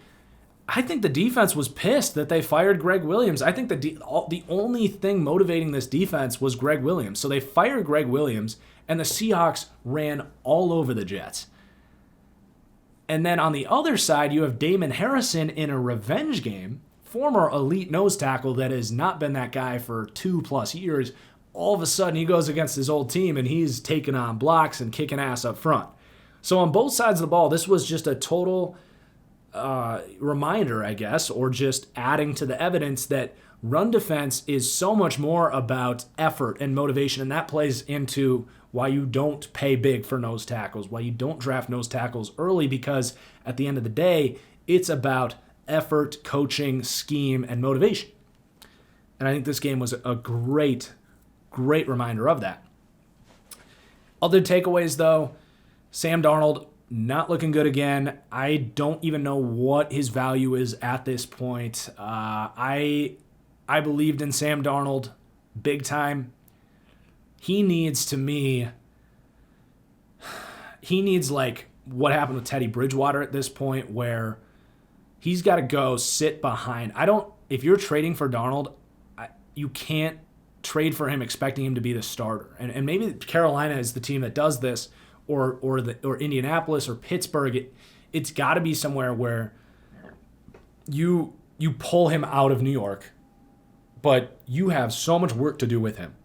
And you need to basically redshirt him. Like, make him your third string, for God's sake. I don't want him touching the field next year. I want him to erase, hell, give him your playbook and send him to Hawaii for the year. Like, just, Sam, you're only 24. You're as old as some of these quarterbacks coming into the league. Just forget it. Like, forget about what happened in New York. Just, you've got the talent. Forget about everything you learned there. And just go hang out, watch football, live your life. Be a backup, be a third string. And then you bring him back with a competition the next year with an opportunity. Because he's developed so many bad tendencies, and he already had bad tendencies, so he's compiling on his bad mistakes, which is staring down receivers over the middle of the field, trying to do too much, expanding plays and stuff. And he's developing other bad tendencies. So that's my plan for Sam Darnold, is Pittsburgh, Indianapolis with Rivers back next year. Maybe it's Carolina under Teddy Bridgewater. But, man, it's not looking good, man. He is ugly to watch from the quarterback position. And Seattle, they did what a Super Bowl contending team should do against the Jets. I haven't really panicked about the Seahawks. I think they're going to be fine. It's almost like it's not the worst time the last 2-3 weeks to have your hiccups. Every team outside of like Kansas City, who's just ridiculous. Same thing applies to Pittsburgh right now. Like, everyone's gonna encounter a hiccup or two, and that's team building stuff. That's culture building stuff. You don't win every game, and I think Seattle's developing defensively and kind of figuring out what sort of offense, what their balance is going to be as far as the let Russ cook versus Pete Carroll and his old school, like, run the ball, power offense. They are finding their balance, and I'm not too worried about Seattle. There's obviously some problems there from a talent perspective. Their line play is a problem, but I had them 5th in my power rankings. Like, this is what a Super Bowl contender should do in December against a winless Jets team. Okay, next up, Atlanta at the LA Chargers. I have a smile on my face because this is one of my favorite games of the year from an entertainment standpoint. The first 3 quarters of this game were pretty normal. But Atlanta and the Chargers have become a laughingstock of immense proportions as far as how funny it is at how consistently they disappoint themselves in the fourth quarter specifically. Like, these teams, attention to detail goes out the window in the fourth quarter. They collapse. They don't play with any confidence for different reasons on both sides of the ball, but these two teams were tied. And it was so predictable how this happened. You can actually go back to my power rankings last week. I was going at it with some guys in the comments, and I had the Chargers above the Falcons, and people were saying I had the Chargers too high. And I was like, look, they can move the ball on offense. They have some guys on defense. They just randomly lose games late. And they're a better team than they look. And I put my money where my mouth was. I bet on the Chargers against the Falcons. And I said when I did that, I was like, look, I will do this to back up what I'm saying here. But do I have any confidence that the coin is going to land my way in this game? Not really. I did think the Chargers were a better team, so I took them as an underdog. I liked the value there because I really did think it was a coin toss game and they were underdogs. And that ended up being true. But it was so predictable how I was like, I'll do it, but I don't know if I'm going to watch the game because I'm going to have a heart attack. Well, I had money on the game. Of course, I watched the game. But so predictable what happened here. They're tied with 2 minutes to go. And the Chargers have the ball, driving at like midfield. And I tweeted, I was like, well, Chargers and Falcons are tied. Get ready for the craziest end to a game of the season. And sure enough, 2 plays later, Justin Herbert stares down. He was great all game, and then all of a sudden he stares down Keenan Allen over the middle of the field, forces it into traffic, and the Falcons come up with it. It was like a kind of a mishmashy, just traffic play, and you didn't know who caught the ball, and the Falcons ended up with it. So Herbert he had a great game, but all of a sudden And this is my thing with Herbert, man. Like, this is not a trashing Justin Herbert segment. Like, he had a good game all around the board. It's why I bet on the Chargers. I think he's playing much better football than Matt Ryan, and Matt Ryan in his own right. We'll talk about him in a second. But, this is not a trashing Herbert segment, but that's kind of been the thing with him is like, he just all of a sudden makes a terrible mistake. Like, he'll be playing great, and then all of a sudden it's like, why? Why'd you do that? That's a terrible read. That's a terrible throw, terrible decision. And that was a problem at Oregon. It's a part of the reason I didn't love him. Showed up again this week. He's got to stop doing it. It's that simple. If he wants to be a top 10 consistent franchise quarterback, he's got to stop making these bad mistakes. But anyway, that happens. And it might not even be Herbert's fault. It might have just been the magical aura of Chargers-Falcons that this game was going to end the way it did. So he throws a pick, and then all of a sudden the win probability goes like, oh, Atlanta's at midfield. There's a minute 50 to go, and they're going to win this game. They got a good kicker, Young Hoku. 2 plays later, Matt Ryan short arms an out route in a way that only Matt Ryan can do, trying to throw an out route where it just ends up floating over behind the receiver, and that gets picked off.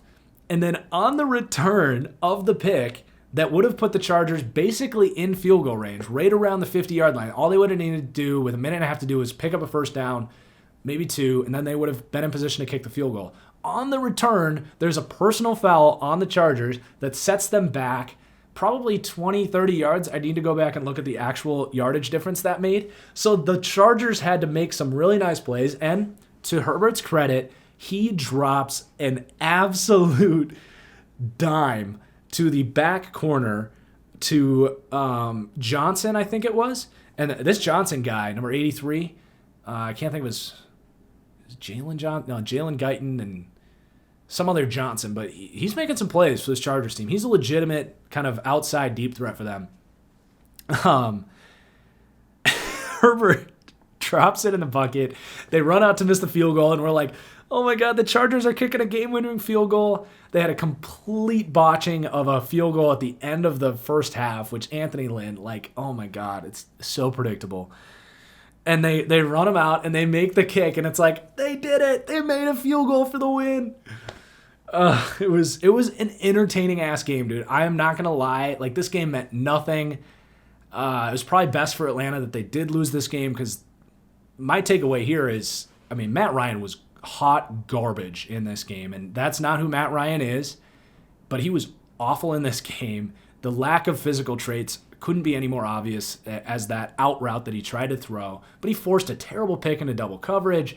Like, he's not a bad quarterback. He was in this game. He's going to regress to being that 12th to 15th best quarterback in the league, but he's 37 years old. It's not like Cousins or Goff or Tannehill where, like, we have plenty of time to build this thing up, like, and kind of have that great year with this quarterback, and maybe we win a Super Bowl. That already happened. That happened in 2016, where they had Kyle Shanahan in the building. They had Julio Jones in his prime, a better offensive line, a much better defense at the time. Matt Ryan's peak year already happened. They aren't getting 2016 Matt Ryan back. He has now entered the... He's fine. He's fine. He's like Phillip Rivers right now. Like, he's not a quarterback that you're entering a rebuild feeling good about. Now, he could come back as your starter, and you could groom a Trey Lance or whatever underneath Matt Ryan for sure, but my takeaway from this game is, like, if Atlanta looks at Matt Ryan and they don't draft, if they have a top 5 pick, and they could get any of the 4, because I think this is a scenario where you should swing for a Trey Lance, because you could sit him for a year and really develop that. But if they don't swing at a quarterback, if they're looking at any of those top 4, I'm probably going to criticize them, because, yeah, you could run this thing back. You could have a decent year with Matt Ryan. You could bring Julio back, and, yeah, you might win 8 games, but you ain't winning a freaking Super Bowl with this defense, which is playing a little bit better, but this defense and Matt Ryan, hard pass on that. So, like I said, one of the themes of this show is Super Bowl lens. How can we win a Super Bowl? The Falcons are not going to win a Super Bowl by putting all their chips in this rebuild in the Matt Ryan basket. All right. Green Bay at Detroit. I think Aaron Rodgers took the first place in the MVP race this week. Now, He's not the MVP yet. There's still 3 weeks left. But with the performance of Mahomes, where he threw 3 picks, and I think what really got revealed here was when Mahomes has a bad game, the Chiefs carry him out of it. They make plays on defense. They have a punt return touchdown. They do a pop pass, or it was even a jet sweep to Tyreek Hill. And before Mahomes really has to do anything, they're already in the lead again after a bunch of terrible mistakes by Patrick Mahomes. When Aaron Rodgers has a bad game against the Bucs, he throws a bad pick 6 on an out route, and then on the next drive, Devontae Adams kind of drops it. It gets picked up. It gets popped up in the air, and it gets picked. And then before Rodgers even really sees the field again, they're down 28-0 because their defense can't make a stop. And they're getting it's not just that, but they get bled out. Like when the Packers defense is on the field, the other teams just destroy the clock. It's like these methodical, annoying drives.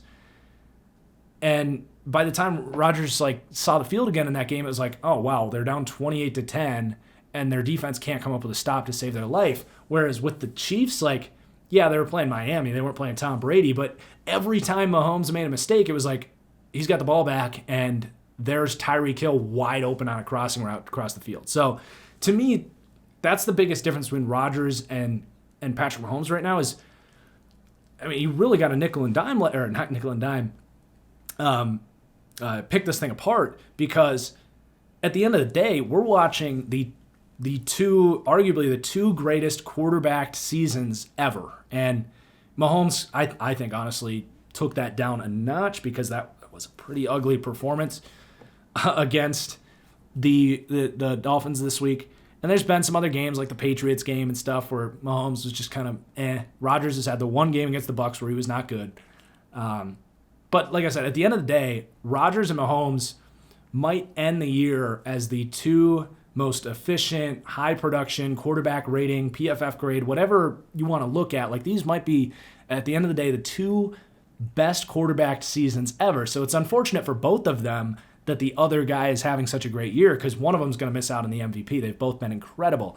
But I think if you're going to nickel and dime, I think recency bias usually plays a part in this thing. Rodgers has just been the more methodical guy, and he's doing it with a team that, if you put Rodgers in Kansas City, I don't think their record changes. If you put let's not do that, because they're both amazing. They're both gonna crush it. I think Mahomes would be just as good in Green Bay, and Rodgers would be just as good in Kansas City. But let's flip that and say should we do Jared Goff, or I think Jared Goff is kind of or Ryan Tannehill, maybe Ryan Tannehill. You Cousins, Tannehill, Goff, your Andy Dalton line quarterback basically. Although that bar has been raised over the last 5 years because quarterback play is much better. But anyway, let's put Ryan Tannehill in Green Bay. Maybe an 8-win team, 9-win team. I don't think they win this game against Detroit with Ryan Tannehill. Rodgers, yeah, it was Detroit, but they were moving the ball. Green Bay's defense is not good, and Rodgers had to consistently make plays. This was a tie game at half. And Rodgers had to keep coming and keep scoring, and he did. I don't know if Tannehill wins this game. But you put Tannehill in Kansas City, they're a 13, 14, 15-win team. So if you're going to vote off the meaning of the award, Rodgers to me is the MVP, but it's still tight. Whoever you want to take, they need to outclass the other guy down the stretch, and I don't think either are a lock to do that.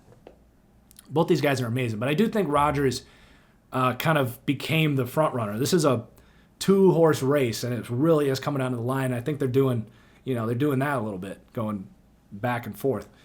But yeah, great game for Aaron Rodgers again. Now, what's the biggest takeaway here for Green Bay is Marquez Valdes-Scantling. So, man, what do you do here? What do you do with this? He was outstanding in this game. He had an unbelievable game. 6 targets, and all 6 of them, he attacked the ball with his hands. He was confident. He looked a little different. He caught it in stride and was kind of doing things after the catch. So often, even when he does catch it, it's he catches it, but he stops his feet and he's slowing things down because he knows he's got these drops, and it's a confidence thing. he was like catching the ball with confidence. He caught a back shoulder and he like tucked it away from the D-back. So he showed strong hands and he kept it away from the D-back. He caught everything that came his way and he did it with confidence. And if something clicked for MVS, because he really did look different. Because we've seen him week and week and week, like he'll have a game like this a little bit, but he goes back and lets it bounce off his chest the next week. But even in the games where he does catch it, like the Niners game, he was still letting it get into his chest. He was stopping his feet, letting the ball come to him. And it reminds me a little bit of Davante Adams when things clicked for him here in Green Bay. So they have this team has a record of, because Davante Adams had really bad hands for the first couple of years of his career. You got to keep that in mind.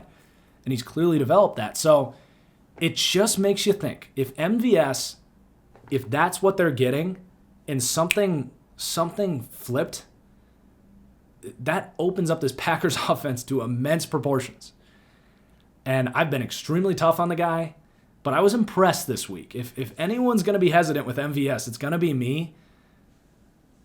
But something looked right. Now, he'll probably go out and drop 3 balls against Carolina, and this whole segment was meaningless, and he's still just this roller coaster receiver. But I think there was something. There was something there this week between him and Rodgers, and they had this confidence about him that hasn't been there.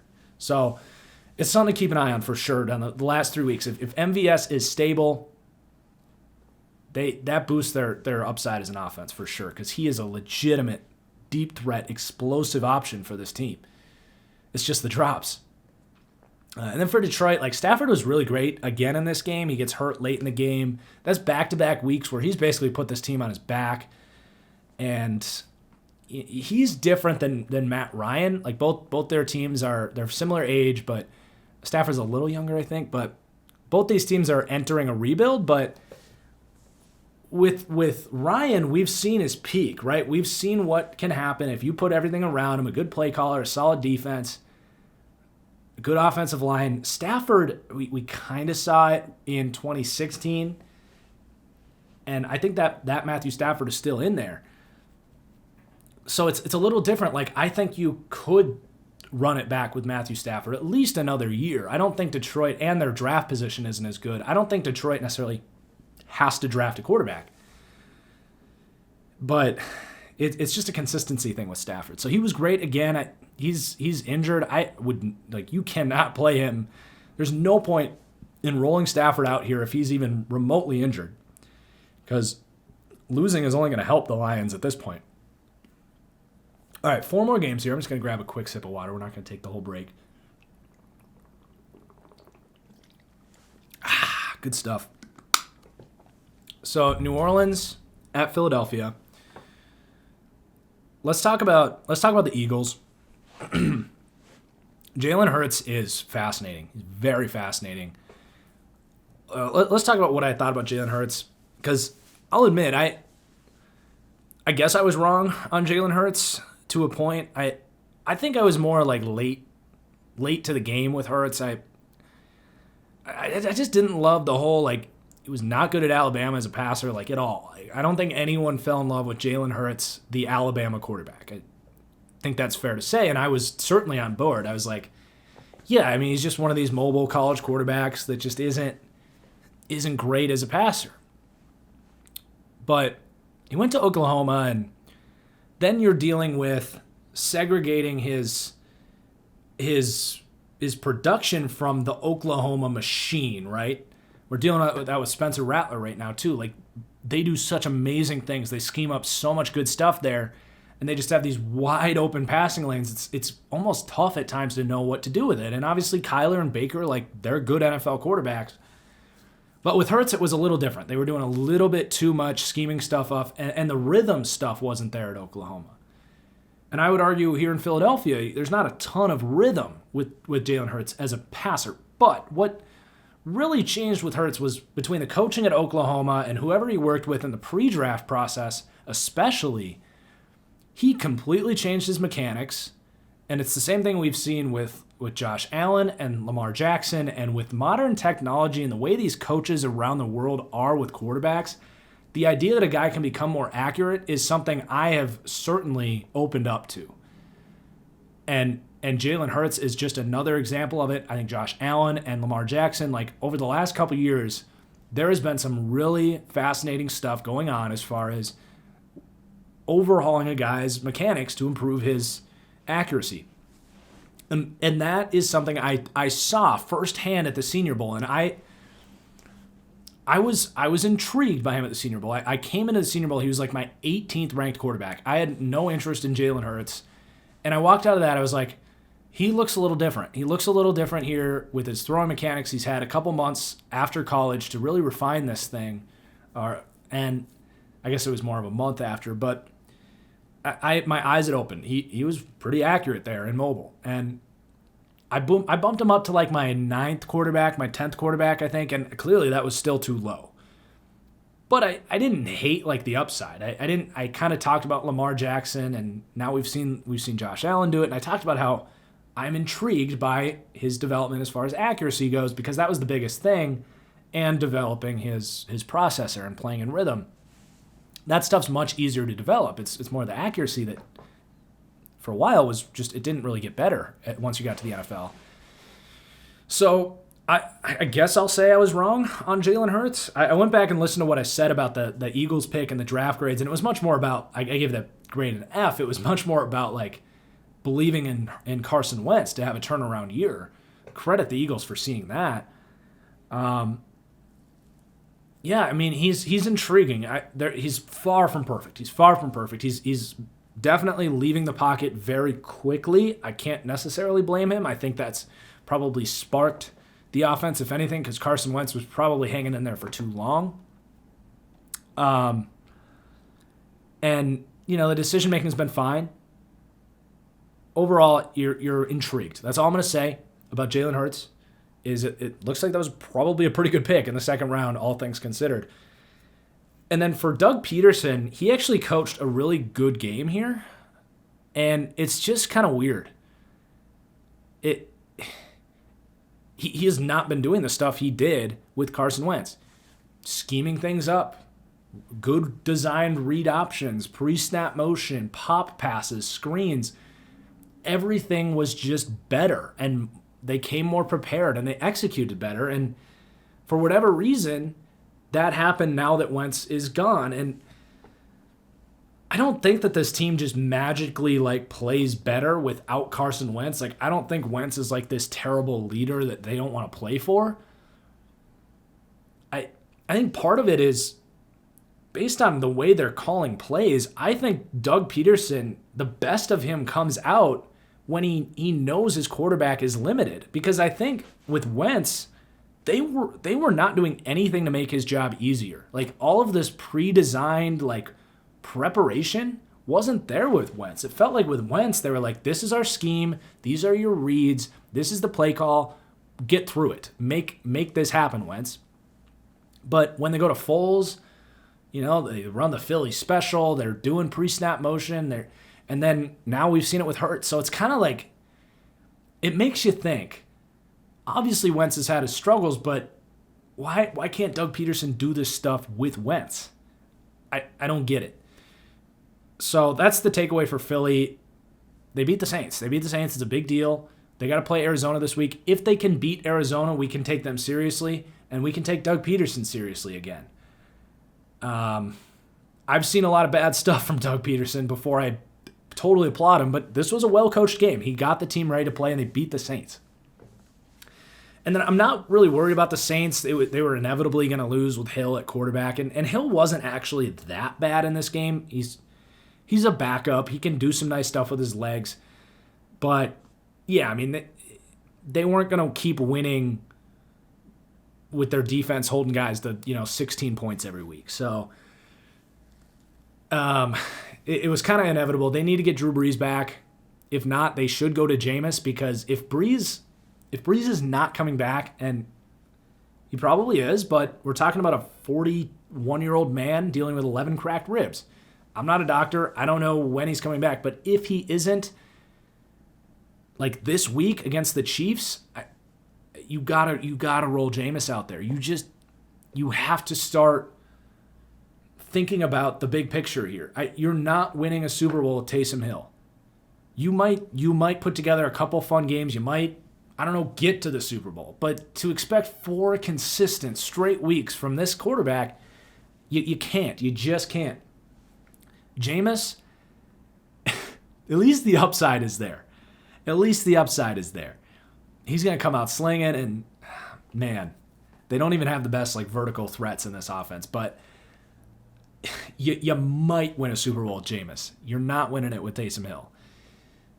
But if the idea is, okay, we get in, we play the Cardinals week 1, maybe we go Taysom Hill, and then we get Drew Brees back the next week, then it gets a little interesting. But that's just where I'm at with this team. I'm not panicking. The defense has been playing great, and they should get Drew Brees back pretty soon. But it's something I think they need to be preparing for is, what if Drew Brees can't be healthy? Or what if he comes back and those ribs, what if he takes another shot and those ribs put him out for the rest of the year? It's something they need to start preparing about because this team is all in. Like, they need to win the Super Bowl this year. Maybe the salary cap starts existing next year for this team. Maybe. I don't know. It hasn't for the last 6 years. Okay, Washington at San Francisco. The Niners are kind of back to the San Francisco 49 IRs. Debo got hurt on like the first touch of the game here, and I'm a little worried with Debo's health. Like, it's kind of a thing coming out of South Carolina, but he plays so tough. Like, he invites contact as a receiver, and I'm a little worried. Like, this stuff keeps adding up, and it's good that they have Ayuk there, but he's getting close to that contract. He's got 2 years left, and that's all I'm going to say is I'm a little worried about if Debo can stay healthy with his play style, and how do they balance that moving forward. I think you definitely sit him down for the rest of the year, though. Let his body fully recover because he's been banged up coming into the year through the preseason. But for Washington, absolutely dominant. This was one of the defensive performances of the year. They came into this game knowing that our defense probably has to outscore their offense to win this game. And they did. Like, this was an absolutely dominant defensive performance. This front seven went to work getting after the quarterback, stopping all of the crazy Shanahanigans on the outside zones. Like, they played fast, tough, aggressive. And Chase Young, wow. Chase Young looked like the best rookie in the league. He was the best player on the field on Sunday, and he took over. He popped. And I'm not ready to say like he's the thing with him coming out was he has all of the athletic traits in the world. He is a freak of an athlete. But from a work ethic perspective, where was he going to come on the Jadeveon Clowney to Myles Garrett's scale? Because all 3 of these guys, you know, I would probably rank them Garrett, Clowney, Young as far as raw athleticism, but they're all very close, and they're all kind of bigger bodied defensive ends. But as far as like Myles Garrett refined his pass rushing skill set from the day he got into the league. And Jadeveon Clowney never really did. He just kind of kept showing up, played hard, played fast. Not that he's like a low character, low effort guy. It's just as far as his technique went, like he never really polished it. Because all 3 of these guys in college, they didn't really need pass rushing moves to win. And that because of that, they didn't really develop them in college. But Chase Young, and I still need to see more to say like he's got a refined tool belt as a passer. But just from a bend perspective, a lot of that comes with working on pliability training and flexibility. And I don't think Jadeveon Clowney's ever developed that part of his game. The bend is there with Chase Young, the explosiveness. So coming out, it was, where is he going to fall on that desire to be elite? Because I don't think Clowney's ever had that. I know he's had some injury stuff, but he hasn't shown a lick of development really since he got into the league. I think Chase Young is slowly showing that. So he was just incredible. I'm really excited to watch Chase Young's career. He is fun to watch, and he's just a likable dude. Like, they got into a fight. The teams got into a fight at the end of the game, and the Washington offense was on the field. And Chase Young was like talking to his teammates, and he like perked up. He like grabbed his helmet and was like ready to go. Like he was, it was just fun. So I'm excited to watch Chase Young keep playing. This front seven is reaching its upside. And yeah, that was dominant performance from the Washington defense. But this offense sucks. The Washington offense is not fun to watch. This was embarrassing for this team, to be honest. The Alex Smith thing, I've kind of been saying this. Like, I'll give him the comeback player of the year. Like, it's incredible, the story, all of it. Like, I'm so happy to watch him and all this, but he's not a good quarterback. He's not a good quarterback, and he was really bad in this game. Haskins came in at the end. We'll see who's starting this week. But yeah, let's move on. Pittsburgh at Buffalo. So, as far as Pittsburgh goes, I do think this is the worst football they'll play. They've had a lot of drops, and they just aren't playing very sharp. I think they'll get this thing going. I talked about with Seattle, it's not the worst thing in the world to have a hiccup late November, early December, as long as you turn it around quickly. Their offense is better than they've played the last couple weeks, but I've been saying it, like, this just is not an explosive offense, and that's not really going to change.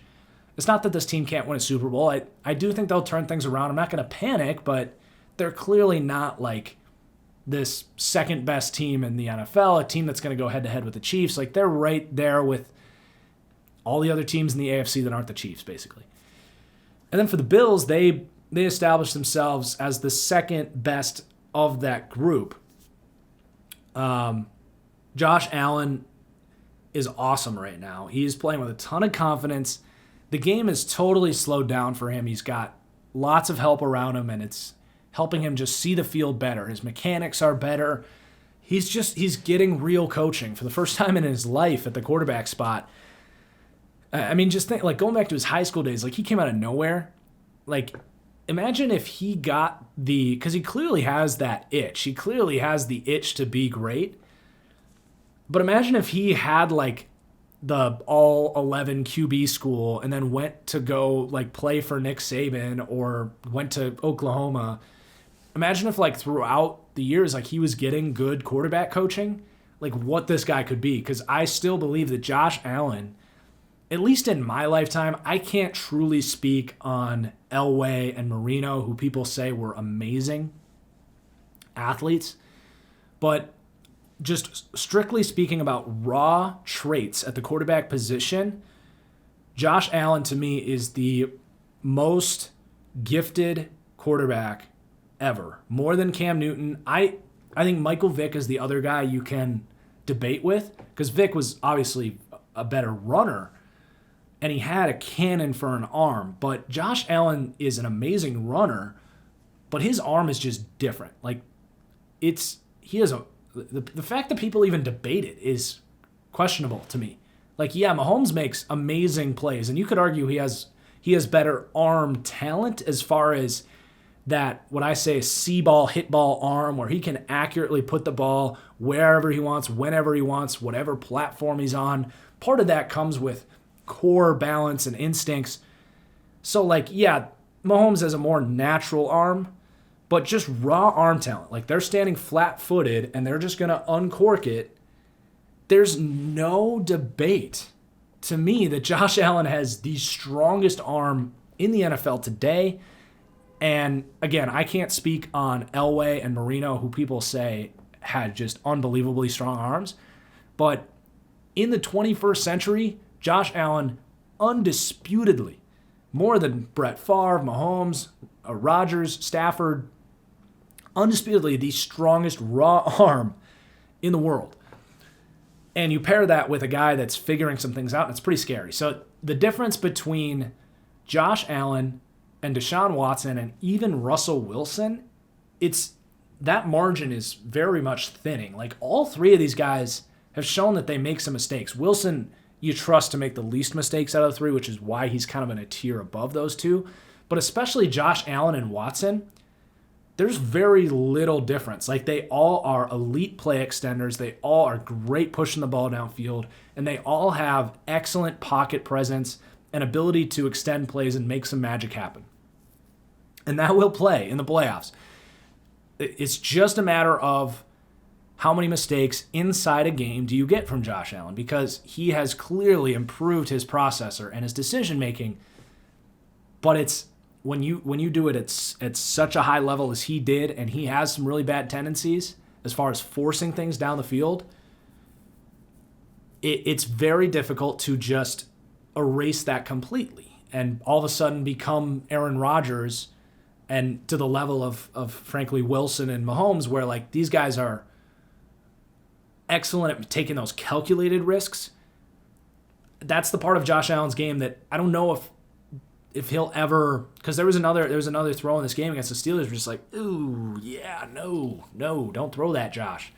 But he made up for it with not making that mistake again and all the amazing plays he can make. That's where the Deshaun Watson things comes in, because like Watson will make some mistakes, but he makes up with it by 5 other amazing plays, and that's basically where Josh Allen is. So when you get to the playoffs, it's just this is the team in the AFC that I think could beat the Chiefs, because it's almost luck. Like if Allen doesn't make that mistake, if you get the Niners game out of Josh Allen, for example, and you get the Dolphins game version of Patrick Mahomes, because that's the biggest difference between Mahomes and Rodgers.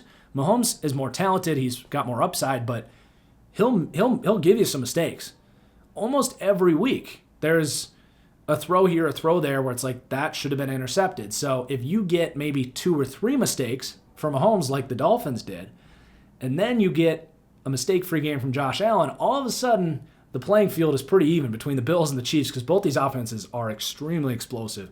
So that's probably the matchup I'm looking at right now of like, can the Bills beat the Chiefs?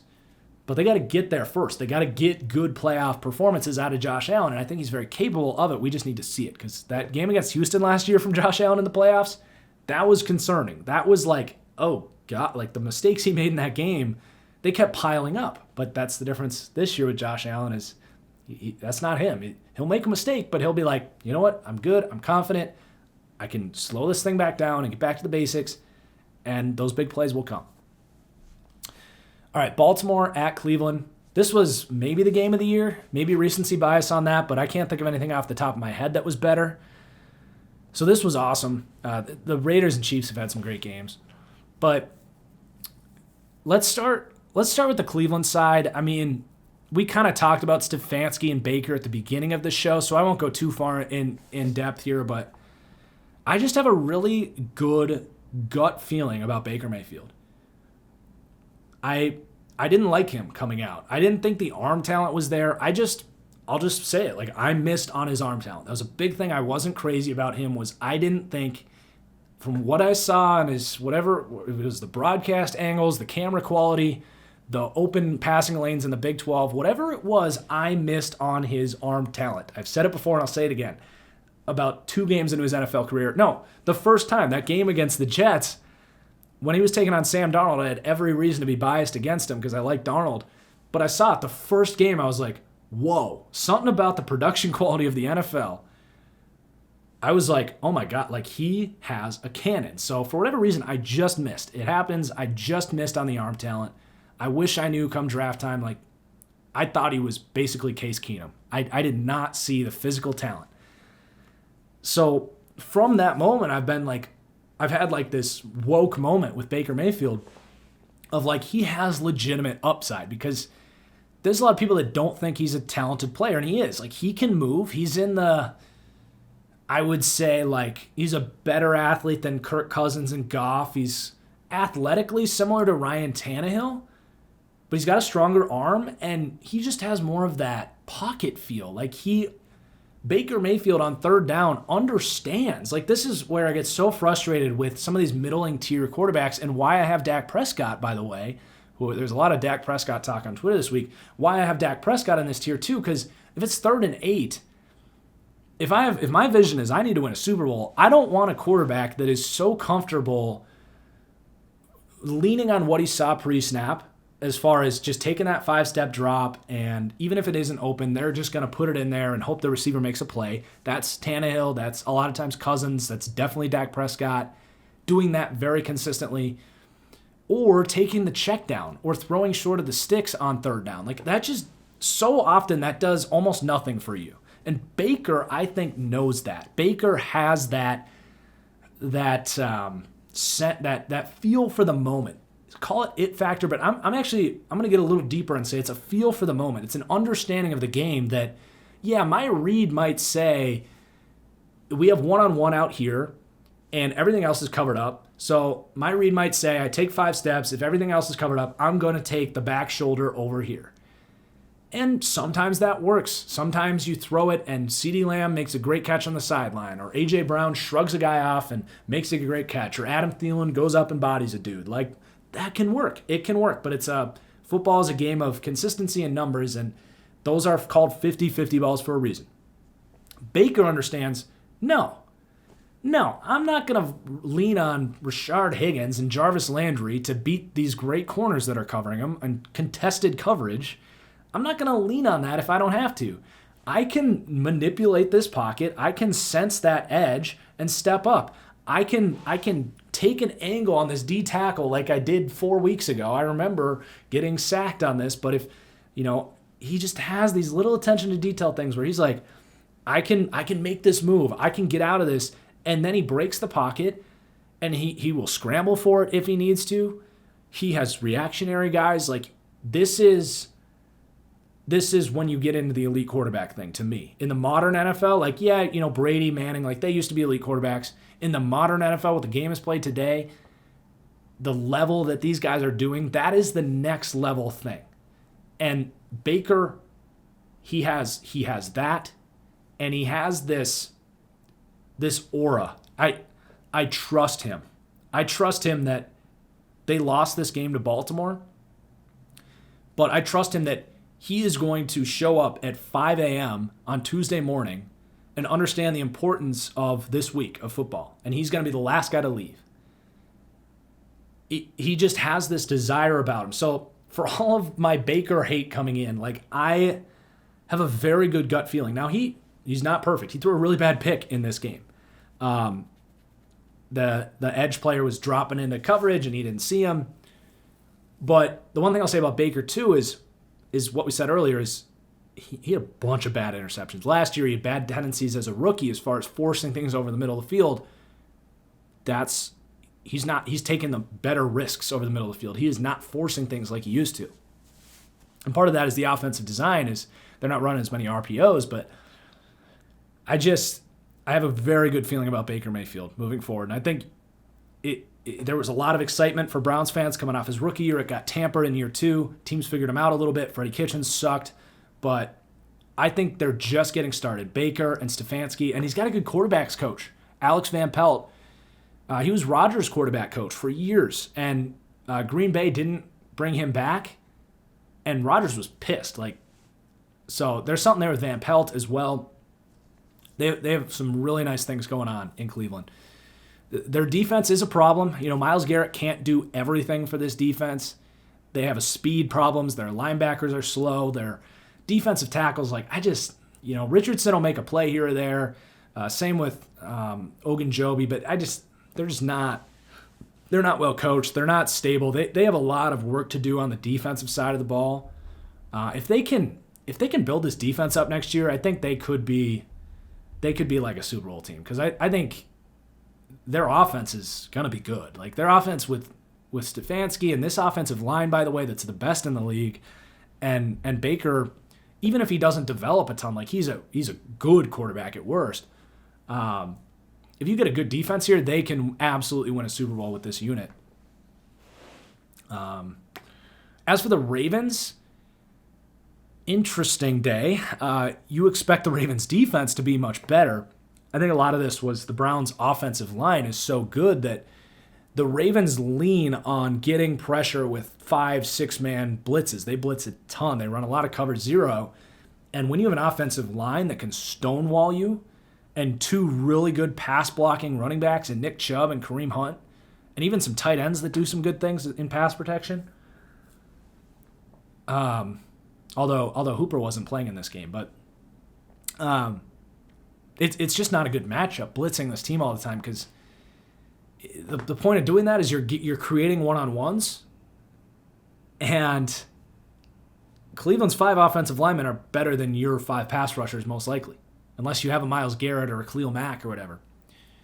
So it makes a little bit of sense that they struggled in this game, but the back end of the coverage unit wasn't very good. I mean, Marlon Humphrey was getting beat out there. Peters, he got hurt in this game. This defense is a little shaky right now, but I will say, Lamar Jackson in this game was awesome. It was the best game of the year, easily. Now, there was a lot of stuff going on Twitter as far as what does this mean for Lamar Jackson, this kind of MVP type of night, right? He's the MVP last year. He was not playing that great in this game. He had the big runs. We know he can run, but he was not passing well early on in this game. People were shredding him, and I held back. I'm not a Lamar hater, guys. I'm really not. Like, he's done some nice things, and I held back from saying anything because I had a feeling that this was going to be one of those nights that we had kind of a special night for both these teams, and that's what it was. And I saw something. I saw something early in this game, and it was different. And it was Lamar basically, I don't want to call it like entering a stage of acceptance, because I think he still can work on a lot of the stuff as a passer, but at this stage in the season, because we talked about early on in the season, they were really trying to keep him in the pocket and become more of a traditional passer. And I still think long term he has to develop a lot of that stuff, because the flaws were clearly there on like third down and stuff. They've been there all year, and they were in this game. But what was different is he just took off. He was like, you know what, screw it, dude. Screw it. Like, our team is back against the wall. We need to win this game. And enough of this development crap, like, we'll get there in the offseason. Like, we'll deal with that later, but I know that I can run for this first down. I know that, yeah, I'm bailing from this pocket a little bit too early, and maybe I shouldn't do this, but I'm going to do it. I'm going to do this. I'm going to roll out, and I'm going to find someone on the move. Like, I'm just going to play in my comfort zone and stop worrying about what everyone's saying about I can't throw and all this stuff.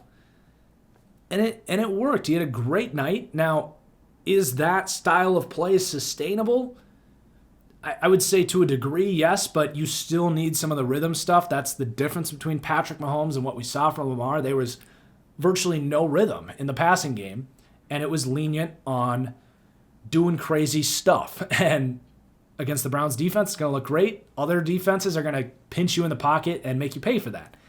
So I respect what Lamar did. It was a superstar moment for Lamar. It was kind of it was just fun to see. Like, I think that was a big night for him. And I think the development as a passer can still come. He has that desire to be great. He has shown the development over the years.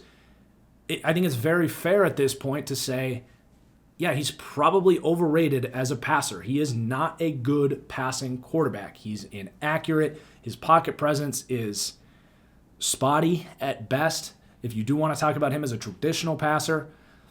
But he's got that confidence, and he's not like insanely inaccurate. There's just some things that he needs to work on, especially throwing outside the numbers. But I still think he can get there, but I don't think it's unfair to say that he just is not there on the level of even Allen and Watson. And frankly, like, Baker in this game was just a much more methodical passer, much more of a consistent player. But the big plays that Lamar generated, it was fun to watch.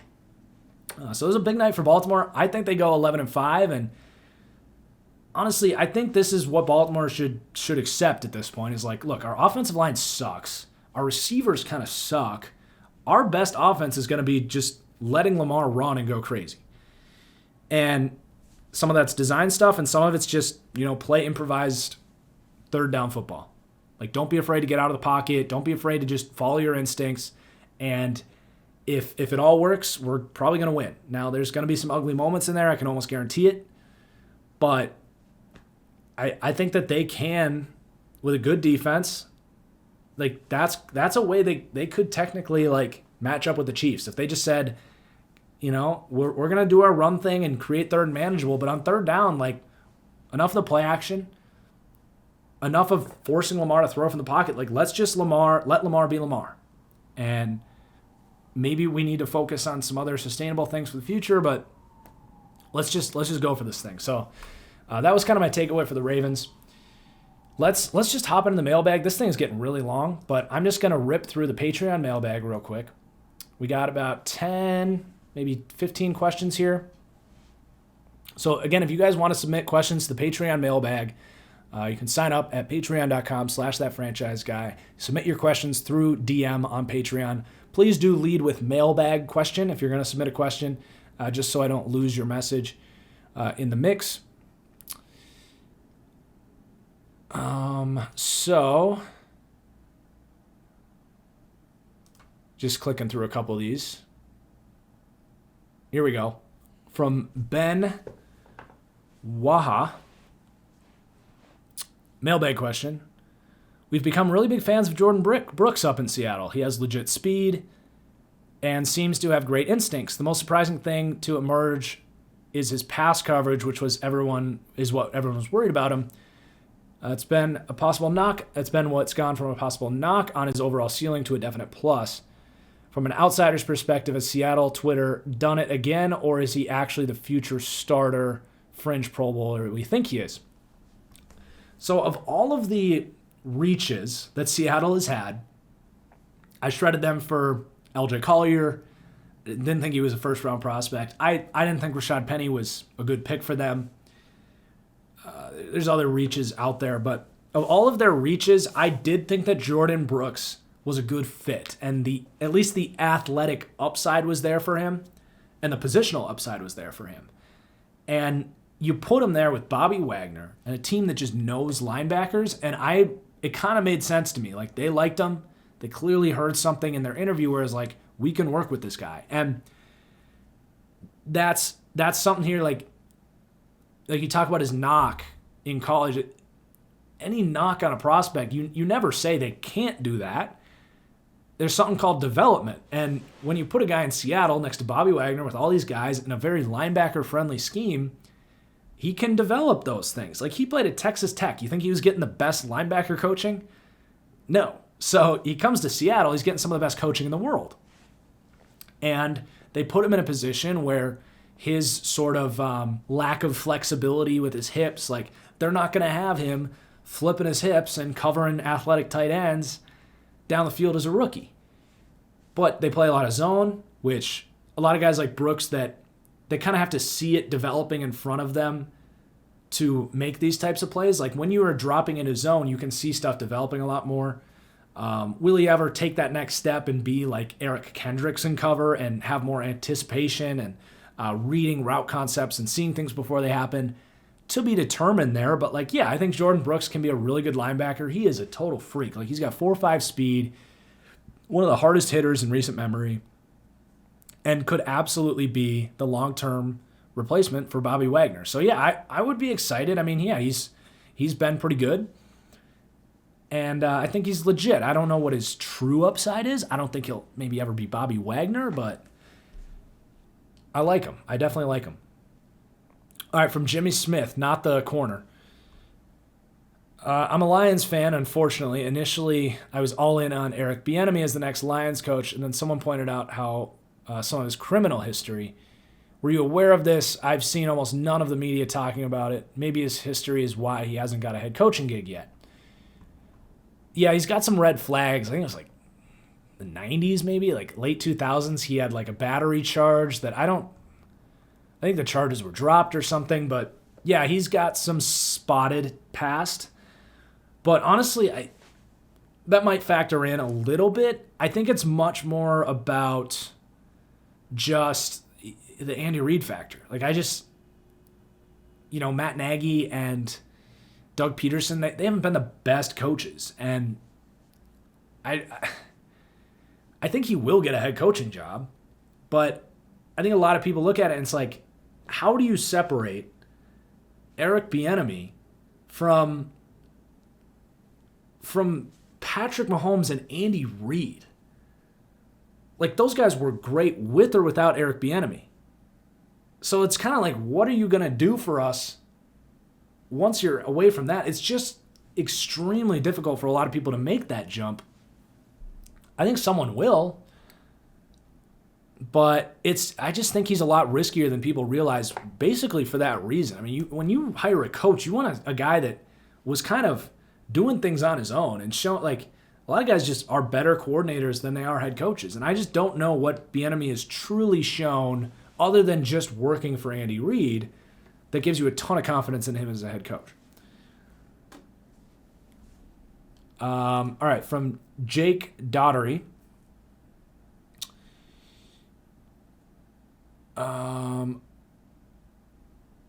Hey, Marcus, love your stuff. I listen to your podcast on the way home from my job. I just want to say thank you for the content. Keep it up. You got it, Jake. My question is, I was thinking Kyle Trask to the Bucks late in the first round would be a great fit, given the strong-ish arm and accurate enough throws. Wow, that's not a ringing endorsement of Kyle Trask. It seems that there's a rift between Arians and Brady doesn't seem to be a great fit in deep ball offense. A young QB like Trask could maximize potential. I'm going to go against you on this one. Dude, this could very well change when we get to the actual draft season, and don't hold me to this. Like, I don't watch all these games in depth. I could really dive in and fall in love with Kyle Trask, but I just don't see it, dude. I see Nick Foles, and he kind of sucked last Saturday. I don't know, man. I just don't see an NFL prospect. I see a guy that has great help around him. He's got nice touch. He's accurate. He's confident. Like, I don't know, man. I don't see it with Kyle Trask. He's not a great athlete. His arm is not that strong. He makes mistakes consistently. I think this is going to be the guy that I'm not going to endorse come draft season. That's what I think right now. It could very well change when I get into it. But, man, I don't think I would spend a first-round pick on what I've seen from Kyle Trask. I really don't. I would rather just roll the dice that Josh Rosen works out. All right, from Josh Alstrom. Well, that's not really a mailbag question, but he's asking if I'm doing a film room this week. Jamar Chase would be a fun one. I will start my college film rooms in January once the weekly NFL content is done. From William Colbert. Assuming they fall early in the draft and don't make some miraculous run in the NFC least, at what position do you think the Cowboys should draft? So hard to know without understanding like where their pick's going to be and what prospects I like. Draft questions at this time of year, it's just so hard for me.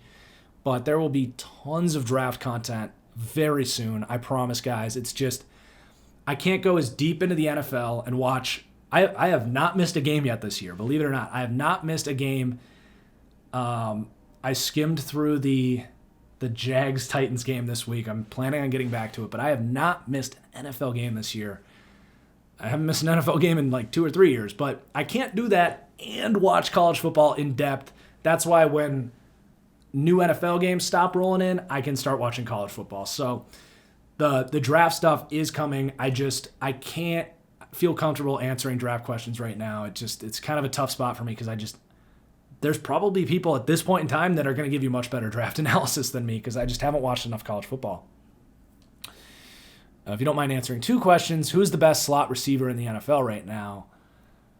So I'm just going to say pure slot receiver because there's receivers that are the best in the NFL when they play slot, like Michael Thomas and Keenan Allen. But pure slot receiver,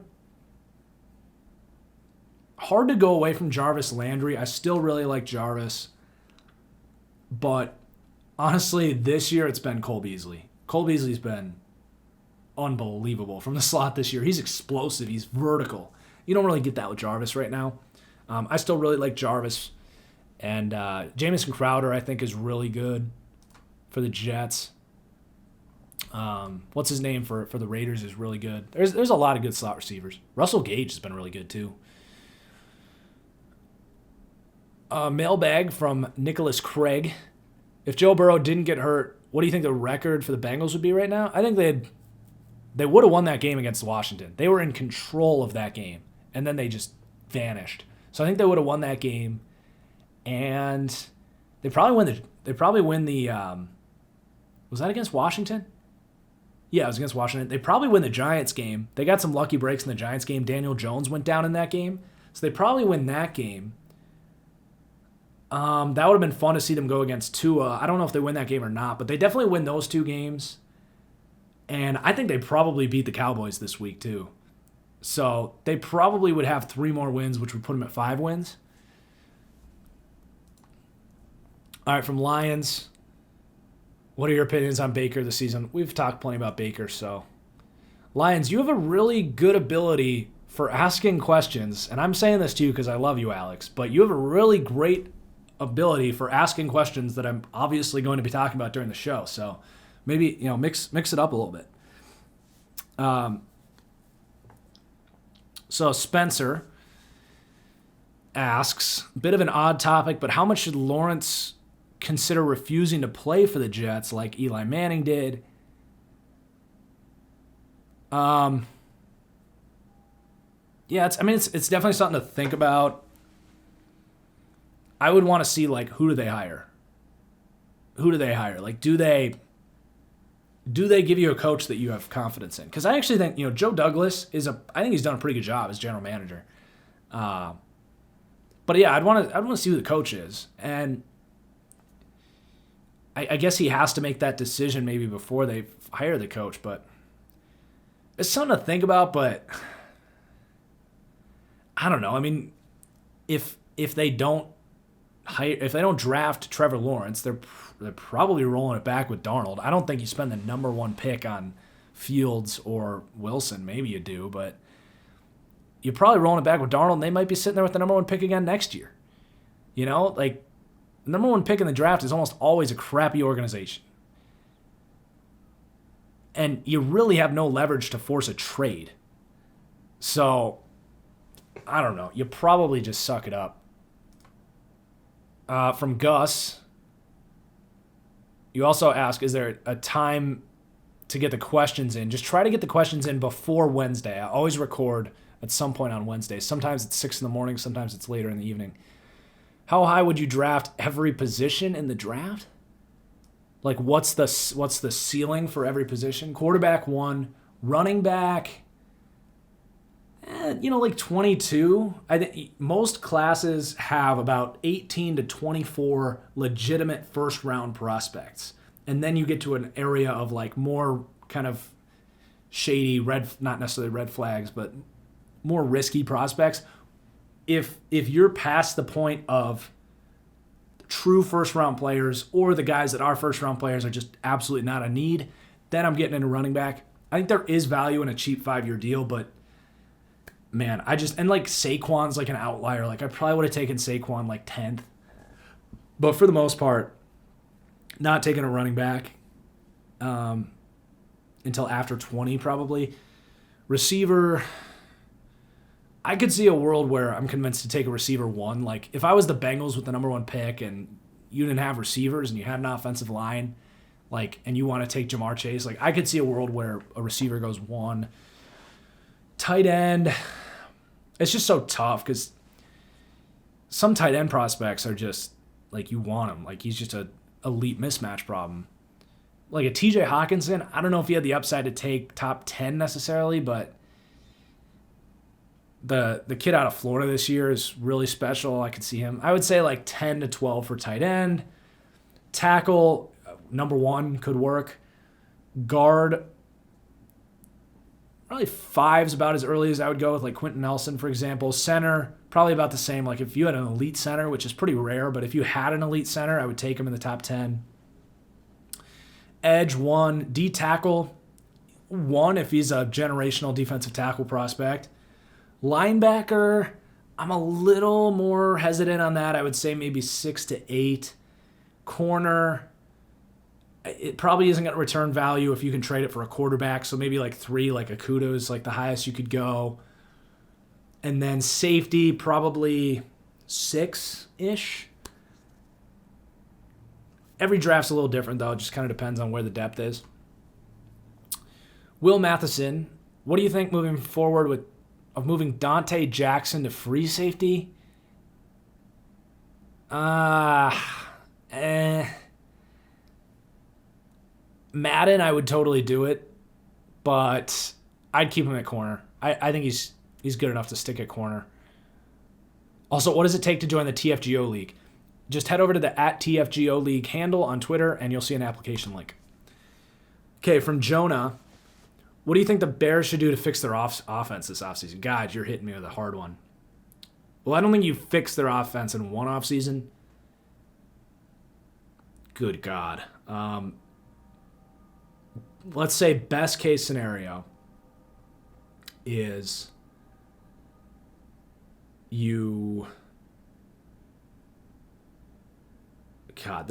they are in such a tough spot. I sign a veteran, trade for Gardner Minshew, like get Marcus Mariota out of Las Vegas, like find a quarterback that can suffice as a top 26 quarterback, and then fix the O-line. Whether you get healthy, you need a guard, just get the offensive line to magically work, and then just hope that clicks with Matt Nagy. I mean, that's probably the best case if you want next year to work. Because if you're trading up for a quarterback, like you aren't going to have the resources to fix the rest of the stuff. But that's probably the best case for the Bears. And then you just have a great defense. Okay, from Justin Oakes. Long one here, so bear with me. It's really frustrating to me that people look at a team's remaining schedule or wins and losses and build their entire arguments around that. I get that if a team wins a game, they're in theory better than a team, but there are so many weird things that can happen in a football game. It feels like nobody who makes those arguments actually watches the games. Agreed. That's why I do the power rankings the way I do. Same thing when people say something like, can't believe the Chiefs barely beat the Broncos. When I see those, my thinking is, well, yeah, a lot of teams in the NFL are close. Or maybe the Chiefs played down to competition, or maybe the Chiefs just had an off day. But people refuse to believe stuff like that. It's like if the best teams always beat the worst teams, then every year we would have multiple 16-0 teams and multiple 0-16 teams. What are your thoughts on this? Yeah, people don't watch the games. People don't watch the games. They check in and out. They have some beers. They socialize with their friends. They're checking their fantasy teams. They're scrolling through Twitter. They see the idiots on ESPN react to the same things. I mean, there's casual NFL fans, and they are hard to deal with sometimes. But yeah, you just gotta take it for what it is. But that's why I'm so proud of my power rankings. I think I sort through all that stuff extremely well. Okay, Jack Brown. Not the band. I'm going to say, every time you submit a question, I'm going to say that. So I'm just going to say not Jack Brown band. Even though, it's Zach Brown. This is how much I listen to country music, guys. It's probably the third time I've done that.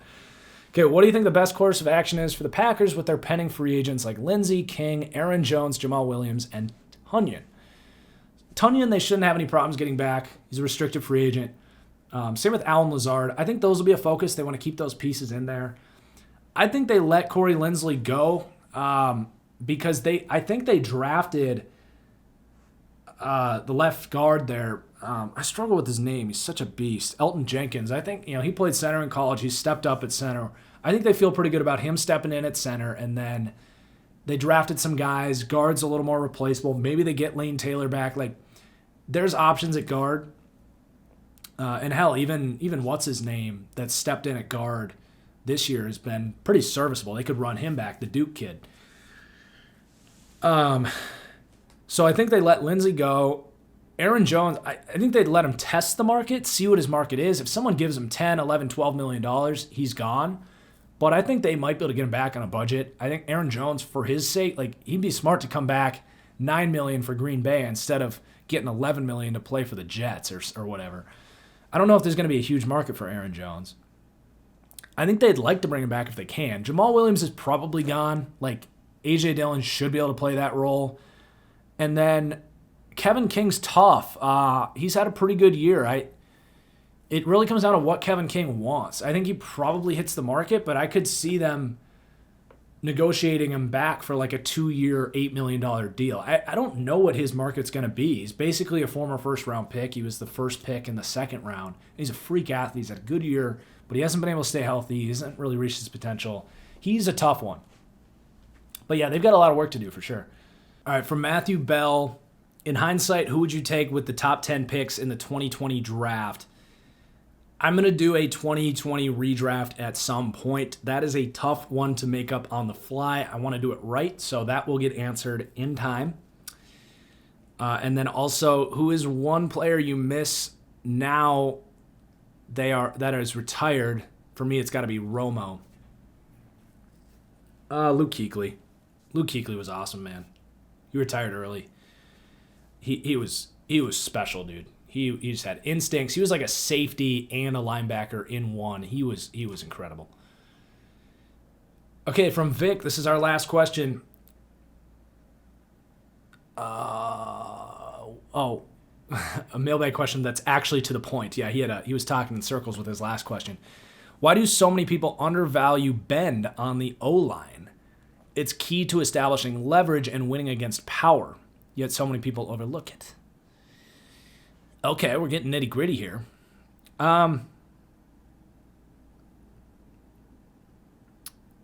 Well, the way I interpret that is the way I look at like core strength, being intact with like the ability to kind of get pushed back, but use the connection between your lower body and your upper body, which is your core. And that, I mean, you have to do your traditional weightlifting. You're not really working on your real core. There's different things that target your abs, but that's not really what I'm talking about. I mean, there is some really nitty gritty workouts that have like Pilates connections, and a lot of guys work on this stuff, but a lot of guys don't. And it has so much to do with just contact balance, which we talk about a lot with running backs, but that's important with offensive line. That's the way I kind of interpret what you mean there. Because it's not like offensive linemen are like getting low and like bending under dudes like you do with the edge rush terminology for bend. But yeah, like, and maybe I'm not interpreting what you mean by this and you're referring to something else, but yeah, I mean, that is so much to do with a guy's anchor and ability to respond to different pass rush moves and react in different angles and draw strength from different directions. It's incredibly underrated. But I will say that people don't necessarily talk about it because I do think that when you have those things, it just shows. Like, you're able to counter things and do crazy, like Quentin Nelson, for example. He generates so much power from different angles as a blocker that, it just shows. It just is natural, and that turns into like, oh, he's got burst, he's got push as a blocker, or he's got a good anchor as a pass protector. I think I answered your question. I'd love to talk to you in the Discord about if that's what you mean by bend, or if you're referring to a different, or referring to something else. But that is it. Wow. Is that going to be a 3-hour podcast? It might be. Holy crap. It's fun though. I hope you guys are enjoying the show at this length. I wish it was longer, but I also enjoy, I wish it was shorter for my own sanity, but I think you guys like it at this length. Do let me know. Give me some feedback if you want it to be shorter. But yeah, man, this is great. It's another great show. Hope you guys enjoyed. Consider supporting the show through Patreon and all that good stuff. Appreciate you for listening. Appreciate you for watching. Cheers. We'll see you later. Peace.